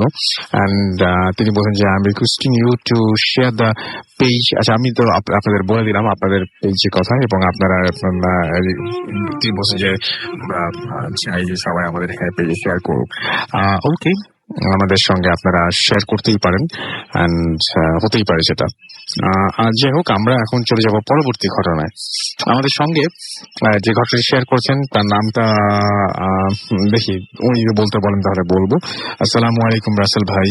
আচ্ছা, বাই দ্য ওয়ে, আমি এখন যে ঘটনাটা শেয়ার করবো তার ছবি আপনারা ফেসবুকে আমাদের পেজে পেয়ে যাবেন। একটা অ্যাসাইলামের ছবি দিয়েছি, ছবিটা দেখতে থাকুন এবং ঘটনা শুনতে থাকুন, তাহলেই আপনি আসল ফিলটা পাবেন। তার আগে আমরা কিছুক্ষণ আগে বেশ কিছু ঘটনা কিন্তু বলেছি যে মাথার কাছে একটা বাচ্চা দাঁড়িয়ে থাকে, মাথার কাছে বেটে লোকজন ঘুরে বেড়ায়, সাদা কালো আলখেল্লা পরে একজন লোক আপনার রুমের মধ্যে ধর করে দাঁড়িয়ে থাকে, বা আপনি ঘুম ভেঙে যদি দেখেন যে মাথার কাছে একটা ছোট বাচ্চা দাঁড়িয়ে আছে, কেমন অস্বস্তিকর একটা ব্যাপার না? আপনি চিন্তা করতে পারেন যে আপনি ঘুম ভেঙে এইরকম কোন দৃশ্য দেখবেন? এইরকম কোন দৃশ্যর জন্য কখনো কি আপনি প্রস্তুত? ভাবতে থাকুন, আমরা চলে যাচ্ছি আমাদের পরবর্তী ঘটনায়। Assalamu alaikum Rasul bhai and all the listeners. Hope you will. এবং তিনি বলছেন যে আজকে আমি আমার একটা collected story about the place which is যেটা হচ্ছে আপনার মানে notoriously haunted in entire New Zealand, named Kingseat psychiatric hospital, যা কিনা এর horror trace and haunting matters এর জন্য 1999-এ অ্যাবান্ডন ঘোষণা করা হয়, অর্থাৎ সেটা পরিত্যক্ত হয়ে যায়। ফার্স্টেই এই লোকেশন সম্পর্কে একটু বলে নিতে চাই, তাহলে ঘটনাটা বুঝতে সহজ হবে। এটা হচ্ছে কারাকা, সাউথ অকল্যান্ডে মেইন হসপিটাল বিল্ডিং, জাস্ট পিছনে একটা মর্গের পাশে কিংসিট নার্সেস হোস্টেল। কিছু পিকচার্স আপনারা দেখতেই পাচ্ছেন ফেসবুকে, এবং সেই লোকেশন বুঝতে তাহলে ইজি হবে। এবার আসা যাক মেইন ঘটনাতে। আমি ঘটনাটা কালেক্ট করেছি এই হসপিটালের এক সময় ওয়ার্কিং একজন নার্সের কাছ থেকে। তার নাম প্রকাশে আমি অনিচ্ছুক, বাট নামটা তিনি লিখেছেন এবং তিনি নাম প্রকাশে অনিচ্ছুক হওয়ায় তার নামটা না বলার জন্য রিকোয়েস্ট করছি। ফার্স্টের দিকে পেশেন্টদের ট্রিটমেন্ট করা হতো, বাট যা ছিল torture because of not having knowledge about মানে এই সমস্ত মানে ইলেকট্রিক শক দিয়ে পেশেন্টদের কিভাবে সুস্থ হয়ে যায়, আদার হরেবল ট্রিটমেন্টস। তো নাও ফার্স্ট যে মানে যেটা স্টার্ট করে যে asylum building, main asylum building আর কি। এখানে এই পর্যন্ত অনেক হন্টেড ঘটনা ঘটেছে। শার্প স্ক্রিম যার মধ্যে অন্যতম, ইভেন এখনো অনেকেই পাশ দিয়ে যাওয়ার সময় চিৎকার শুনতে পায়, তীক্ষ্ণ চিৎকার। এবং অনেকেই যারা দেখছেন এই জায়গাটা তারা বলেন যে নার্সটার মতো করে বলছি যে এটা হচ্ছে 1993 আর এরকম সময়টা ঘটনা, তখন আমি জুনিয়র নার্স হিসেবে জব করি। একদিন ভিলা 4-এ পাশ দিয়ে আমি যাচ্ছিলাম অ্যান্ড ফার্স্টে দেখতে পাই অনেক blood spot which are old and but আমি শকড হই যখন ওয়ালের এক কর্নারে দেখতে পাই কিছু ব্লাড বের হচ্ছে। এটা মনে হচ্ছিল যে সিম লাইক যে ব্লাডস কামিং বাই আচ্ছা ওই দেয়াল দিয়ে বেরিয়ে আসছে এরকম একটা কিছু মনে হচ্ছিল। এবং বলে রাখা ভালো যে ভিলা 4 ইউজ করা হতো অ্যালকোহলিক পেশেন্টদের ট্রিটমেন্টের জন্য এবং আনফর্চুনেটলি ম্যাক্সিমাম পেশেন্ট ডাইড এবং ম্যাক্সিমাম পেশেন্ট ডাইড অ্যান্ড বাকিগুলা ছিল হচ্ছে তাদের শিফট করা হয় অন্য এক মেন্টাল হসপিটালে। অ্যান্ড ওই সময় ভিলা 4-এ কেউ ছিল না। এবং একটা পয়েন্ট আপনাদের একটু মাথায় দিয়ে দিতে চাচ্ছি, সেটা হচ্ছে যে অ্যাসাইলামের যত ডেট অর্থাৎ যত মারা যেত মানুষজন ম্যাক্সিমাম ছিল সুসাইডাল, অর্থাৎ আত্মহত্যা করে মারা যেত তারা।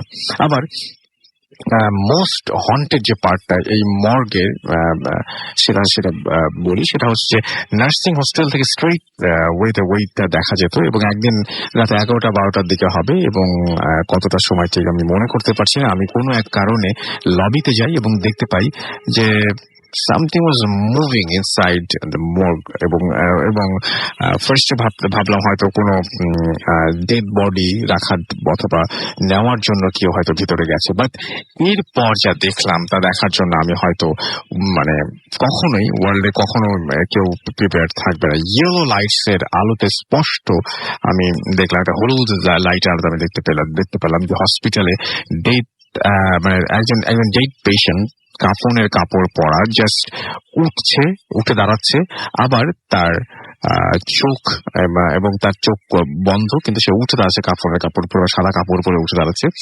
মুখে ভয়ঙ্কর টাইপের কেমন একটা হাসি লেগে আছে।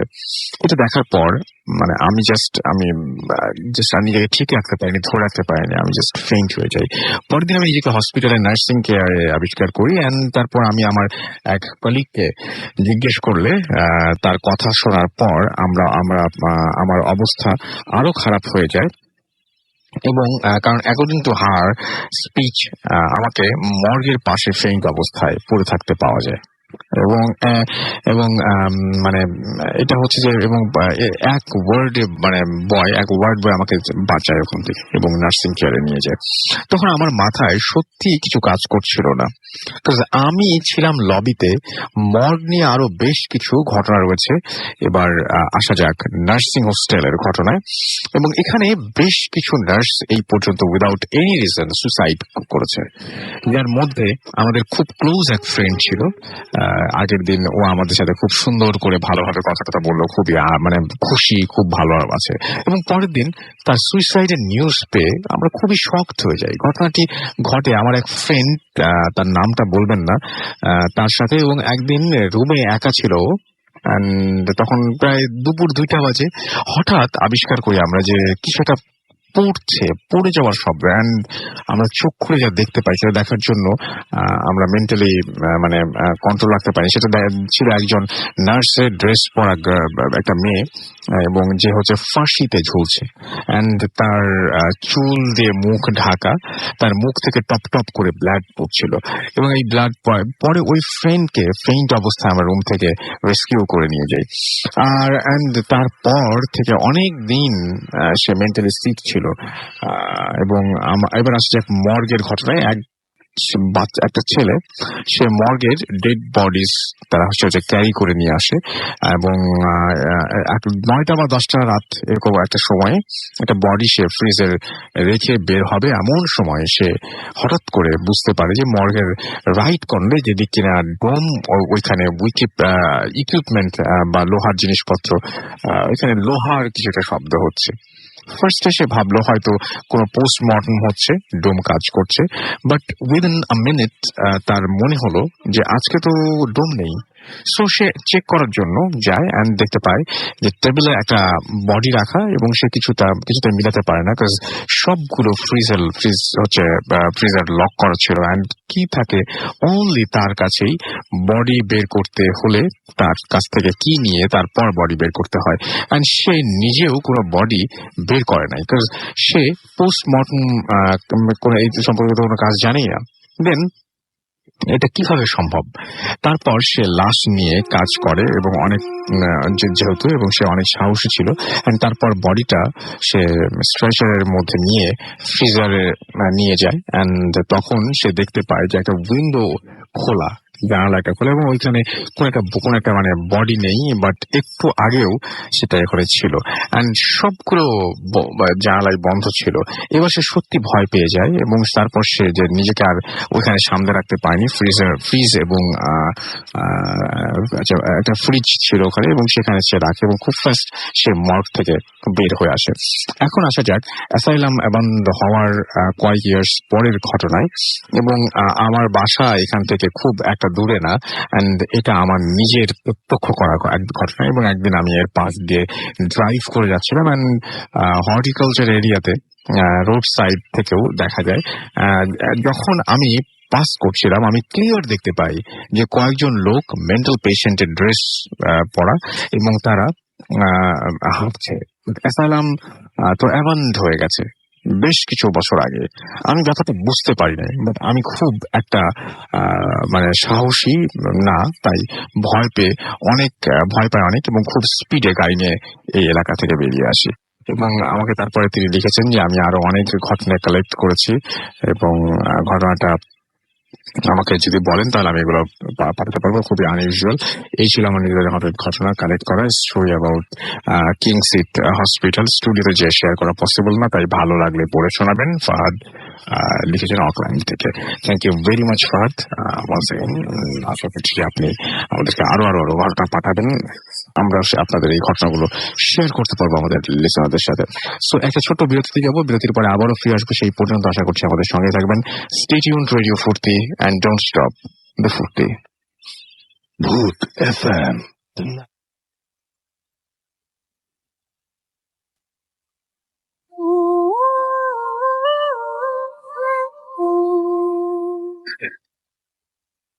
Yes, the night comes alive with গ্রামীণ ফোন শুনছেন সবসময় রেডিও ফুর্তি 8.0 FM। আমি রাসেল আছি সাথে। চলছে এই মুহূর্তে ভূত এফএম, আপনারা সবাই আছেন আমাদের সঙ্গে।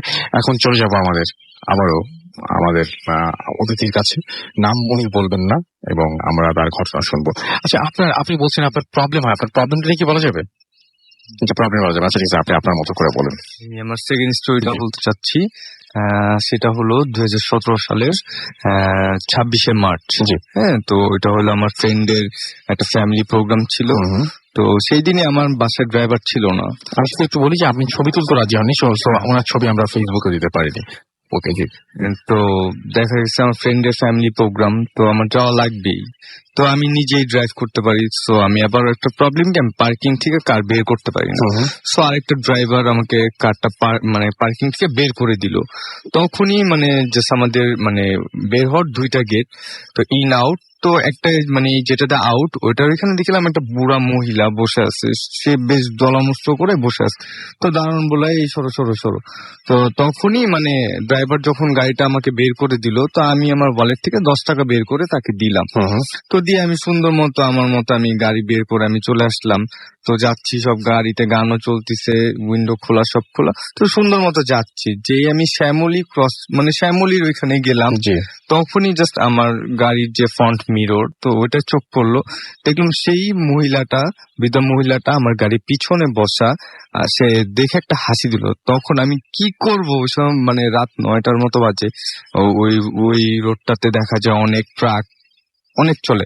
So আমি কি করবো বুঝতে পারতেছিলাম না, আমি খুব নার্ভাস হয়ে যাই। তখনই আমি জাস্ট কোন রকম আল্লাহর রহমতে আমি গাড়িটাকে সাইড করি, সাইড করে গাড়ি থেকে নামি, নেমে জাস্ট একটা মানে কোন রকম নেমে জাস্ট একটা পানির বোতল নিয়ে একটা সিগারেট ধরাই দেন আল্লাহর নাম নিয়ে আবার রওনা দিই।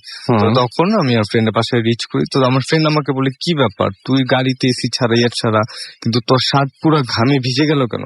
পরে আমি বললাম যে এরকম কারে সমস্যা নেই, আল্লাহ ভরসা। তো তখনই আমি বাসায় ফোন করলাম, তো আমার ড্রাইভার আসলো, তো এরপর আমি বাসায় চলে আসলাম। এই ছিল আমার ঘটনা। Thank you so much, thank you. আমরা পরবর্তীতে ঘটনা যাব এবং আমাদের সাথে হাফেজ মাহিউদ্দিন ভাই তার সেকেন্ড ঘটনাটি বলবেন। আমরা শুনে ফেলি ঘটনাটি।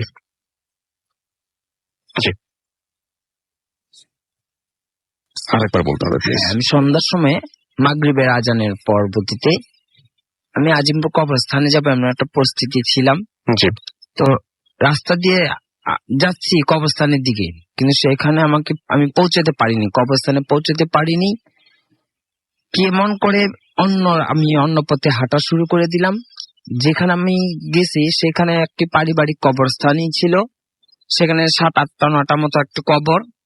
তো প্রথমে যেখানে আমি প্রবেশ করি, সামনে দরজাটা ভিড়ানো ছিল, আমি ধাক্কা মেরে খুলে দিলাম এবং ভিতরে প্রবেশ করে আমার বাম পাশে জোড়া একটি কবর ছিল। সেই জোড়া কবরের সামনে আমি দাঁড়িয়ে জিয়ারত করতে থাকি। এরপর দেখি লম্বা বারান্দার ডান পাশে আবার একটি দরজা। তো আমি সেখানে আবার হেঁটে সেই দরজাটা আমি খুললাম। তো দরজাটা খুলে দেখি ছোট্ট একটি জানাজার ঘর আছে সেখানে। আচ্ছা। অল্প একটি জানাজার ঘর, সেখানে কয়েকটা মহিলা সবাই সাদা পোশাক পরে এবং ঘুমটা লম্বা করে জিকির করতেছিল, কলমা পড়তেছিল সবাই। তো আমি সেই মুহূর্তে তাদের কোনো বিরক্ত বা সালাম করে কিছু বলিনি, আমি আমার মন মতো করে আমি ভেতরের দিকে চলে গেলাম। সেখানে বাম পাশে আরো কতগুলো কবর ছিল, আর একটা ঘর ছিল যেটা খুবই অন্ধকার, এত নীরব অন্ধকার, ভেতরে কি আছে না আছে কিছুই দেখা যাচ্ছে না। আমি সেই ঘরটাতে যখন প্রবেশ করি, তখন সেই মহিলাগুলো এমন জোরে চিৎকার করতেছে এবং বলতেছে, তুমি এক্ষুনি বের হ, তুই নিজে মরবি, সাথে সাথে আমাদেরকে মানে তুই নিজে জ্বলবি, সাথে সাথে আমাদেরকে জ্বালাবি, তুই ভিতরে ঢুকলে কেন, বের হ। কিন্তু ওরা আমার কাছে আসতেছে না, দূর থেকেই হইচই এবং কেমন ছোটাছুটি শুরু করলো। তো আমি মনে মনে বলতেছি, আমার কাছে এসে বলো, তাহলে আমি বেরোবো। এখন আমাকে বলতেছে না কাকে বলতেছে সেটা তো আমি জানি না, আমি এখানে থাকবো। সেখানে আমি বসে কোরআন থেকে তেলাওয়াত যখন আরম্ভ করলাম, কোরআন তেলাওয়াত আরম্ভ করার কিছুক্ষণ পরেই দেখি ছোট্ট 7-8 বছরের একটা মেয়ে দাঁড়িয়ে আছে, আর এর পাশেই একজন বৃদ্ধ মানে লোক, সে বসে আমার তেলাওয়াত গুলো শুনতেছে খুব ধ্যানের সাথে। খুবই বিদ্রোহটা খুবই ভিন্ন রকমের মতো, লম্বা চড়া, খুব অন্যরকম। আমি আমার তেলাওয়াত করলাম, করে মোনাজাত ধরলাম, মোনাজাত আমার সাথে সাথে সেই বৃদ্ধ লোকটাও সে ফরিয়াদ করলো। যখন আমি কোরআন তেলাওয়াতটা আরম্ভ করি, ওই যারা বাইরে আমার মহিলারা যে চেঁচামেচি করতেছিল, তারা তখন সবাই স্তব্ধ, ঠান্ডা হয়ে গেছিল, মানে কথা বলেনি, কোনো হইচই করেনি, সবাই যা যার স্থানে দাঁড়িয়ে। পরবর্তীতে আমি দোয়া যখন শেষ করে দিই, সেই বৃদ্ধ লোকটা আমাকে 2টা গাঁদা ফুল দিয়ে উপহার দেয় এবং বলে সে যে, তুমি আবার আসবা, তুমি আমার এখানে আবার আসবা, যখন সময় হয় তুমি চলে আসবা। পর আমি বের হয়ে গেলে ওরা আমাকে আর কোনো কিছুই বলে না, ওরা বাহির থেকে বলতেছে, তুমি বের হওয়ার সময় তাকে সালাম করে বের হয়েও। তার মধ্যে আমি তো সালাম করবোই। তখন আমি সালাম করে আমি সেখান থেকে বের হয়ে আসি। এটা ছিল আপনার ঘটনা। থ্যাংক ইউ সো মাচ আপনার ঘটনার জন্য, আপনাকে অনেক অনেক ধন্যবাদ। আমরা দেখতে পাচ্ছি যে আমাদের ফেসবুকে এখনো পর্যন্ত অনেকেই আমাদেরকে নক করছেন। আমাদের রেডিও ফুর্তি www.facebook.com/radio.ফুর্তি, এখান থেকে দেখছি এমডি সবুজ দেখেছেন যে আমি নাটোর থেকে লিখছি। আমাদের সঙ্গে আছে, আমি একটু বলি যে কারা কারা আছেন এই মুহূর্তে আমাদের সঙ্গে আছেন। দেখতে পাচ্ছি সাবরিন মিতু, এছাড়াও সিয়ানুল ইসলাম আমাদের সঙ্গে আছেন, আমাদের সঙ্গে আছেন সাদমান সামিদ, আমাদের সাথে আছেন আদ্রিতা। আচ্ছা, সাদমান সামিদ লিখেছেন, আসলে আমি নোয়াখালী মাইজদি থেকে বলছি, বাসায় একা খুব ভয় লাগছে। আদ্রিতা অনন্যা আমাদের সাথে লিখেছেন, I love Bhoot FM and I am new member of Bhoot FM. Welcome Adrita, এবং আশা করছি যে এখন থেকে রেগুলার আপনাকে পাবো। এমডি মসজিদ মুজাহিদ চৌধুরী তিনি আমাদের সঙ্গে আছেন, এবং আসলে অনেকদিন পর ভয় পাচ্ছি, অ্যাপ দিয়ে শুনছি নেত্রকোনা থেকে, থ্যাংক ইউ সো মাচ। আমাদের সাথে আছেন, দেখতে পাচ্ছি মুরাদ, এবং তিনি বলছেন ভূতের গল্প শুনে খুব ভয় লাগছে। এমডি আব্দুল্লাহ এমপি আমাদের সঙ্গে আছেন। এছাড়া এবং তিনি বলছেন যে ঘটনাটা, আচ্ছা তিনি বলছেন ভাই উনার ঘটনাটা সত্য মনে হয় না, কার ঘটনা সত্য মনে হয় না, যদি প্লিজ বলতেন। আমাদেরকে ওমর ফারুক লিখেছেন চট্টগ্রাম থেকে, চট্টগ্রামে ডিস্টার্ব হচ্ছে। শিরিন হাসান আমাদের লিখেছেন, আমাদের সাথে লিখেছেন ওসমান ফাইয়াজ পলাশ, এছাড়া আমাদের সাথে আছেন দেখতে পাচ্ছি রোমান, এছাড়া অর্জুন কুমার আমাদের সাথে আছেন, আমাদের সাথে রয়েছেন দেখতে পাচ্ছি এম এ সুমন আহমেদ, আমাদের সাথে আছেন দেখতে পাচ্ছি রৌফ ইসলাম সহ আরো অনেকে। আপনি যদি থাকতে তাহলে চলে আসুন আমাদের সঙ্গে। অ্যান্ড আমাদের সাথে অনেকে SMS ও করছেন, মাহিম, এবং আমাদের সাথে আমরুজ আহমেদ আমাদের সাথে আছেন, ডিকে প্রিন্স আমাদের সঙ্গে আছেন, রুদ্র সাহা আমাদের সঙ্গে আছেন, পিঙ্কি আমাদের সঙ্গে আছেন, আশিক আমাদের সাথে আছেন, মনির আছেন, জিমি আছেন, খুলনা থেকে দেখতে পাচ্ছি, খুলনা বয় থেকে শোভন আছেন এবং তার ওয়াইফ বিথি, তারা শুনছেন একসঙ্গে। সাগর বরিশাল থেকে আমাদের সঙ্গে আছেন, ইতি আছেন ফেনী থেকে, অ্যান্ড আরো অনেকে আছেন। আপনি যদি থাকতে চান তাহলে SMS করতে পারেন, মোবাইলের মেসেজ অপশনে গিয়ে টাইপ করুন ফুর্তি FORT ফুর্তি স্পেস আপনার নাম স্পেস আপনার মেসেজ পাঠিয়ে দিন 9840 নাম্বারে। আমরা চলে যাব ছোট্ট একটা বিরতিতে, এবং বিরতির পরে আবার নতুন অতিথি নিয়ে আসবো। এটা আমাদের লাস্ট বিরতি, সো একটু আমাদেরকে আশা করছি আপনারা বিরক্ত হবেন না, কনসিডার করবেন। অ্যান্ড বিরতির পরে আবার নতুন অতিথি নিয়ে ফিরে আসবো, আমাদের এই জন্য বিরতিটা দরকার। স্টে টিউন রেডিও ফুর্তি and don't stop the food. Booth FM. The night comes alive with grounding form.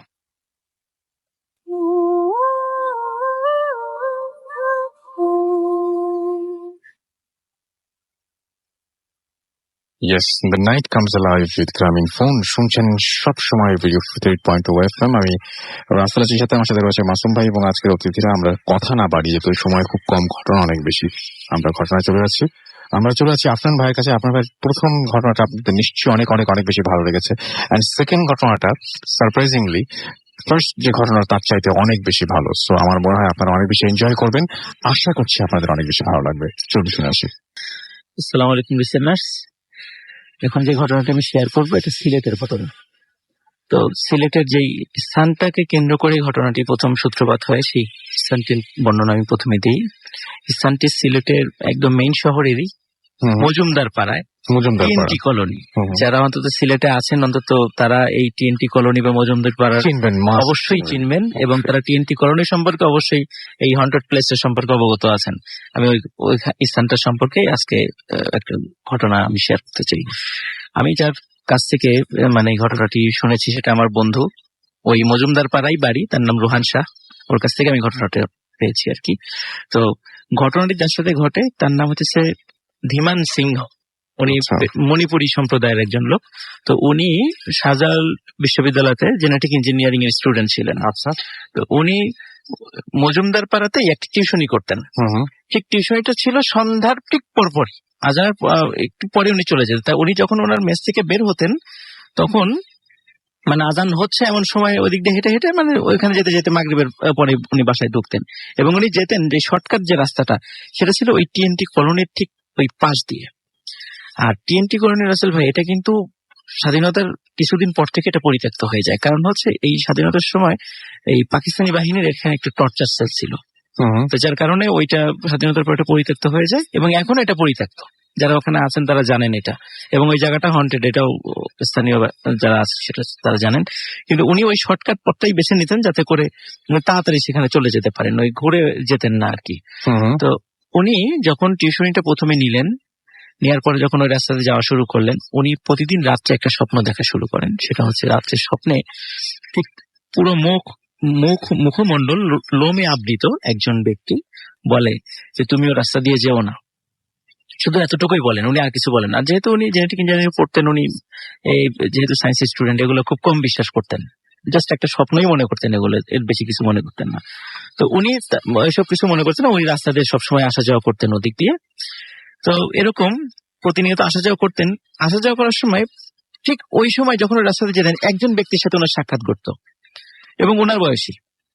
তখন একদিন ওই ব্যক্তি ওনাকে বলছেন, ওই ধীমান সিংহকে, যে ভাই আপনি এদিক দিয়ে প্রতিদিন কোথায় যান? বলে আমি টিউশনিতে যাই। আপনি কোথায় যান? উনি আবার পাল্টা প্রশ্ন করেন, বলে আমিও টিউশনিতে যাই। তো এরকম প্রতিদিন যান।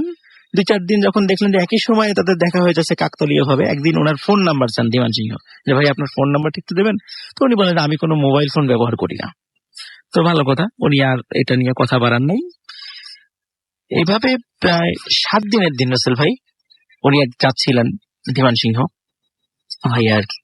তো যাওয়ার সময় দেখ ওই দিন ওই ভাইয়ের সাথে দেখা হয় না, যেদিন প্রতিদিন দেখা হয় টিউশনিতে যাওয়ার সময় ভাইয়ের সাথে দেখা হয়নি।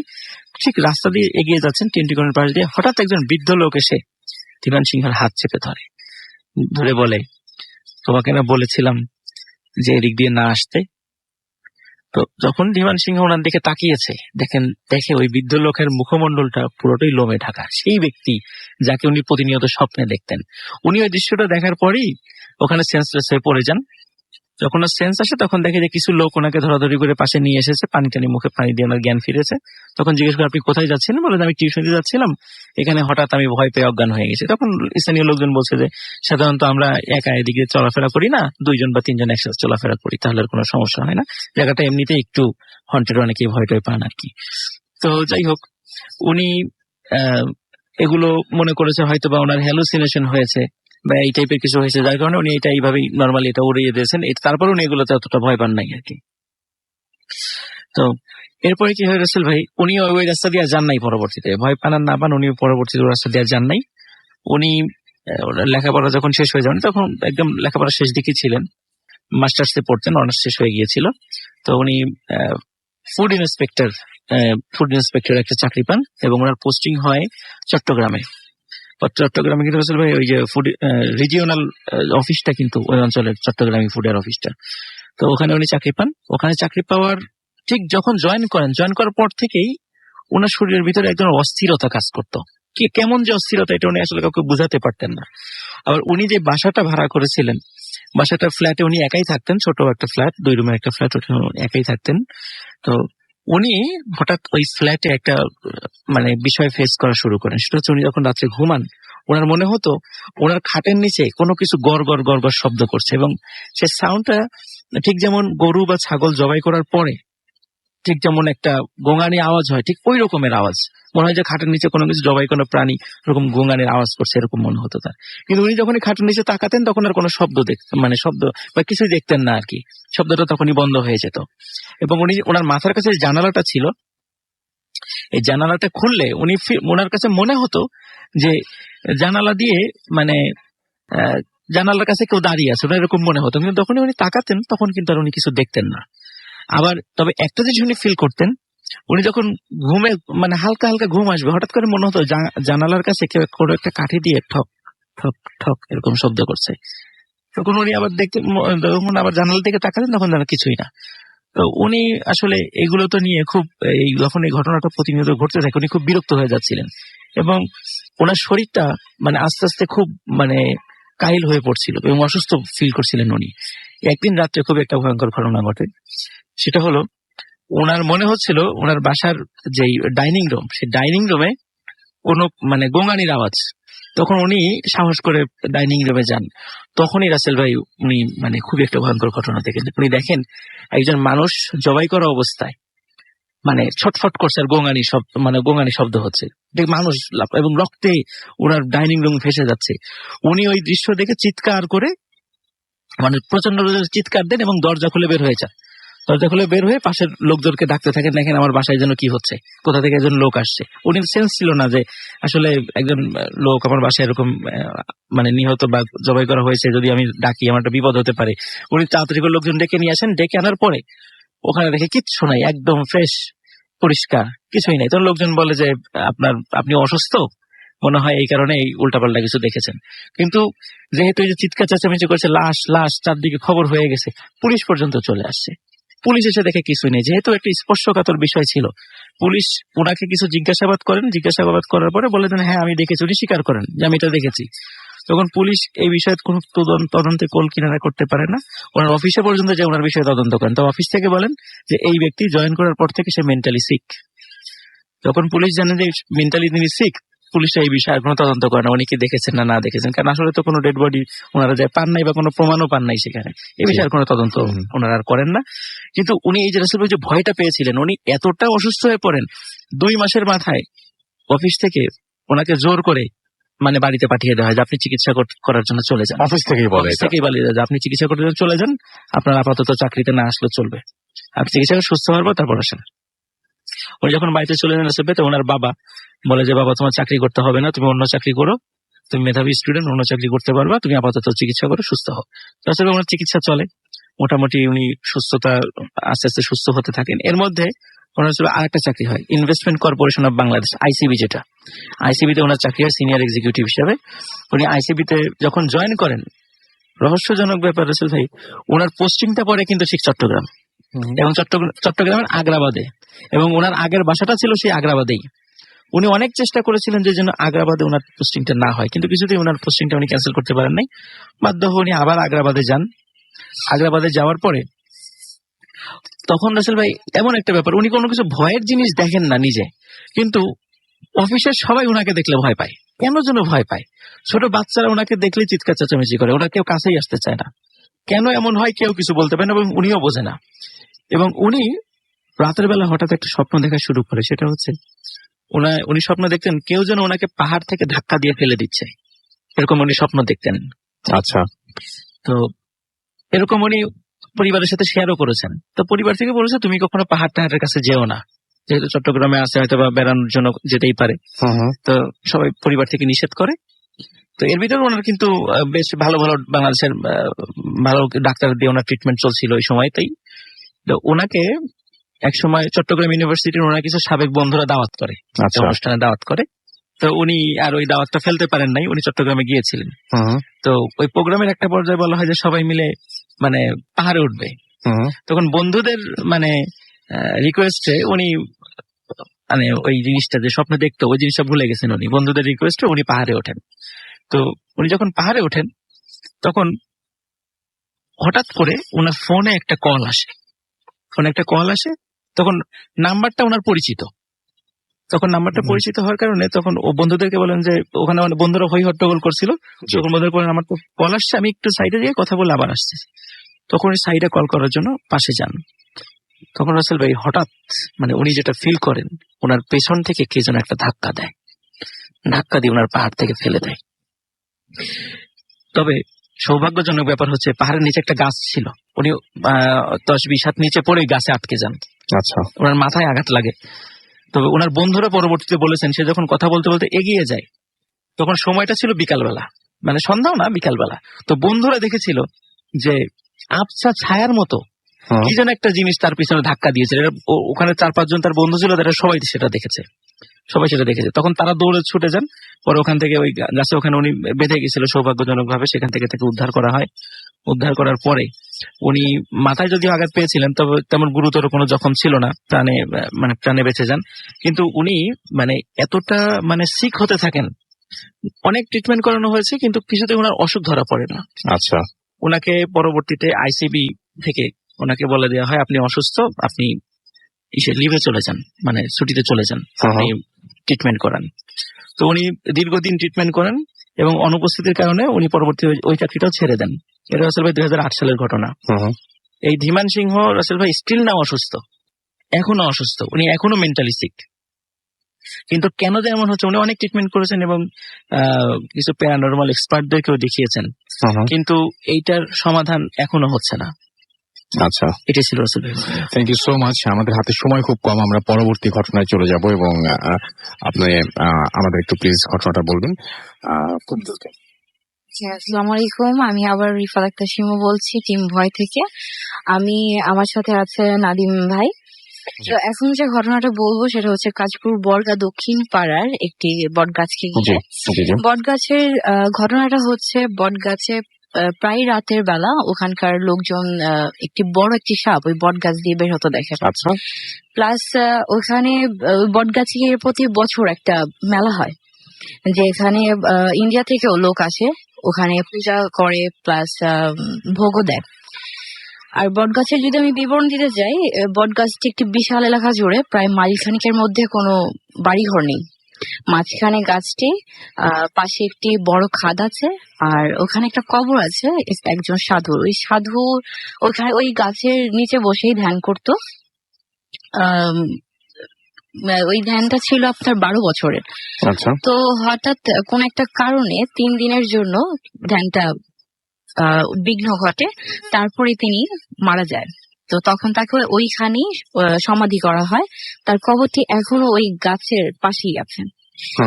আর আরেকটা কথা যে ওই গাছটার ভিতরে অনেকগুলো ছোট বড় গর্ত আছে, আর ওই গর্তগুলোর ভেতর থেকে একটা বিশাল বড় একটা গর্ত আছে, যেটা দেখলেই বোঝা যায় যে হয়তো ওই সাপটা ওই বড় গর্ত থেকে বের হয়। আচ্ছা, তো এগুলো শুনে আমরা অনুপ্রাণিত হই এবং ইনভেস্টিগেশন করতে যাই। তো ওইখানে পৌঁছানোর আগ মুহূর্ত পর্যন্ত আমরা সবাই, আমাদের টিম মেম্বার প্রত্যেকটা মেম্বারই সুস্থ ছিল, কিন্তু ওই বট গাছে দিনের ইনভেস্টিগেশন করার সময় আমরা সবাই অসুস্থ হয়ে পড়ি। তারপর আবার যখন দিনের ইনভেস্টিগেশন শেষ করে আবার ব্যাক করি আমরা, তখন আবার সবাই সুস্থ অনুভব করি। তো রাতের বেলা আমরা ইনভেস্টিগেশনের জন্য যাই, শুরু করি। বট গাছের সামনে আমরা যেতে যেতেই বিকেলের মতো সবাই অসুস্থতা অনুভব করে। তো আমরা সবাই অসুস্থতা উপেক্ষা করি, আমরা আমাদের যা যার কাজ শুরু করি। তো কিছুক্ষণ পর গাছের সামনে যেতে যেতে গাছ থেকে মটমট করে শব্দ হয়। আচ্ছা, তো ওইটা আর খেয়াল না করে আমাদের হঠাৎ করে ক্যামেরাম্যান বলল যে আমাদের ক্যামেরা লাইট পাওয়ার কমে যাচ্ছে। তো তখন আমরা খেয়াল করলাম যে আমাদের টর্চ লাইটেরও সেম অবস্থা। ভাবলাম যে হয়তো আমাদের চার্জ কমে গেছে। তো আমরা সব চেঞ্জ করে আবার নতুন করে ইনভেস্টিগেশন শুরু করলাম। তো হঠাৎ সাজিদ ভাই ছিল ওই গাছটার বাম দিকে, মানে কবরের সাথে, আর রাসেল ছিল ডান দিকে, আর নাদিম ভাই ছিল মাঝখানে। তো উনি সাজিদ ভাই ওই কবর আর বট গাছটার পাশ দিয়ে গাছের পেছনে যাওয়ার চেষ্টা করেন। তো ওই মুহূর্তে উনি একটা কালো অবয়ব দেখতে পায়। ওটা দেখার সাথে সাথে নাকি ওনার মানে চোখের সামনেই একদম বিভৎস হয়ে যায়। ওটা দেখে উনি ভয় পেয়ে পিছনে ব্যাক করে নাদিম ভাইকে ডাক দেয়। তখন নাদিম ভাই কে বলতে থাকেন। তো তখন ওই মুহূর্তে রাসেল ওইখানে যেখান থেকে উনি ভয় পেয়েছিল ওখানে যে ওই ছবি তোলার চেষ্টা করে। ওই ছবি তুলতে তুলতে হঠাৎ রাসেলের মাথা ব্যথা শুরু করে আর ওর নিঃশ্বাস বন্ধ হয়ে যায়, তাই না? তারপর নাদিম ভাই রাসেলকে বললো, তুমি এক কাজ করো, পানি খাও আর মাথায় পানি দাও। তো তখন রাসেল কোনো কিছুই বুঝতে পারছিল না। তো নাদিম ভাই সাজিদ ভাই মিলে পানি দেয় মাথায়, তারপরে ওকে পানি খাওয়ায়, ওই গাছ থেকে একটু দূরে নিয়ে এসে বসায় ওকে। বসানোর পরে যখন একটা কথা বলতে ভুলে গেছি, যখন রাসেলের নিঃশ্বাস বন্ধ হতে থাকে তখন ওখান থেকে গাছের ওখান থেকে একটা মহিলা কান্নার শব্দ হয় প্রকট আকারে, যেটা আমাদের ভিডিওতে আছে আলহামদুলিল্লাহ। তো ওখান থেকে আনার পর থেকে রাসেলের অবস্থা আরো খারাপ হতে থাকে। আর ওই মুহূর্তে নাদিম ভাই বলে যে দোয়া পড়ো সবাই। তো সবাই দোয়া পড়তে থাকে এবং বাকি টিম মেম্বারদেরও দোয়া পড়তে বলে। হ্যাঁ, রাসেলকেও বলা হয় দোয়া পড়ার জন্য, কিন্তু রাসেল ওই মুহূর্তে বলে যে ওর কোনো কিছুই মনে পড়ছে না, সব দোয়া ভুলে গেছে। তো ওকে বলে দিতে বলে দোয়াগুলো। তো তখন নাদিম ভাইও সাথে সাথে দোয়া বলে। তারপরে ওর অবস্থা কোনোভাবে উন্নতি হচ্ছিল আর বাকি সবাই অসুস্থ হতে থাকে। তো এক পর্যায়ে আমরা সবাই ডিসাইড করি যে না, ওর এই অবস্থা দেখে আমাদের আর ইনভেস্টিগেশন করাটা ঠিক হবে না। তো ওইখান থেকে আমরা ফিরে আসার সিদ্ধান্ত নিই। তো তারপর থেকে রাসেল প্রায় 1 সপ্তাহ জ্বরে ভুগে। তারপর রাসেল যখন সুস্থ হয় তখন আমরা রাসেলকে যখন জিজ্ঞেস করি, রাসেল তুমি যখন ছবি তুলতে গেছে তখন কি তুমি কিছু দেখেছিলে, যে তুমি তোমার নিঃশ্বাস বন্ধ হয়ে যাচ্ছিল বা তোমার মাথা ব্যথা যখন শুরু করে? তো তখন রাসেল বলে যে না, আমি যখন ছবি তুলতে গেলাম তখন আর কিছুই দেখতে পাইনি, হঠাৎ আমার নিঃশ্বাস বন্ধ হয়ে যায়। আর তারপর থেকে যা হয়েছিল ওইখানে ওর আর কোনো কিছুই মনে থাকে না। এই ছিল আমার ঘটনা। থ্যাংক ইউ সো মাচ আপনার ঘটনার জন্য। আপনাকে অনেক ধন্যবাদ এন্ড আশা করছি আপনাদের সবার ঘটনাটা ভালো লেগেছে। আমরা চলে যাব আমাদের ফেসবুকে। এবং সেখানে আপনারা অনেকে লিখছেন, এখনো পর্যন্ত আমাদের সঙ্গে আছেন। তার আগে একটু SMS দেখি। আমাদেরকে ক্লিনটন গোস্বামী লিখেছেন গুলশান থেকে, এবং তিনি লিখেছেন ভয় পাচ্ছেন। লিপন মিয়া আমাদের সাথে লিখেছেন যে অনেক ভয় লেগেছে আজকে। আমাদেরকে সাবা লিখেছেন এনজয়িং ভেরি ভেরি মাচ। আমাদেরকে রতন জামালপুর থেকে লিখেছেন আই লাভ ইউ রাসেল ভাই। রুবেল মানিকগঞ্জ থেকে লিখেছেন রাকিব আমাদের সাথে আছেন। আমাদের সাথে আছেন তৌসিফ ফ্রম চট্টগ্রাম। ফরদিন ঢাকা থেকে আমাদের সঙ্গে আছেন।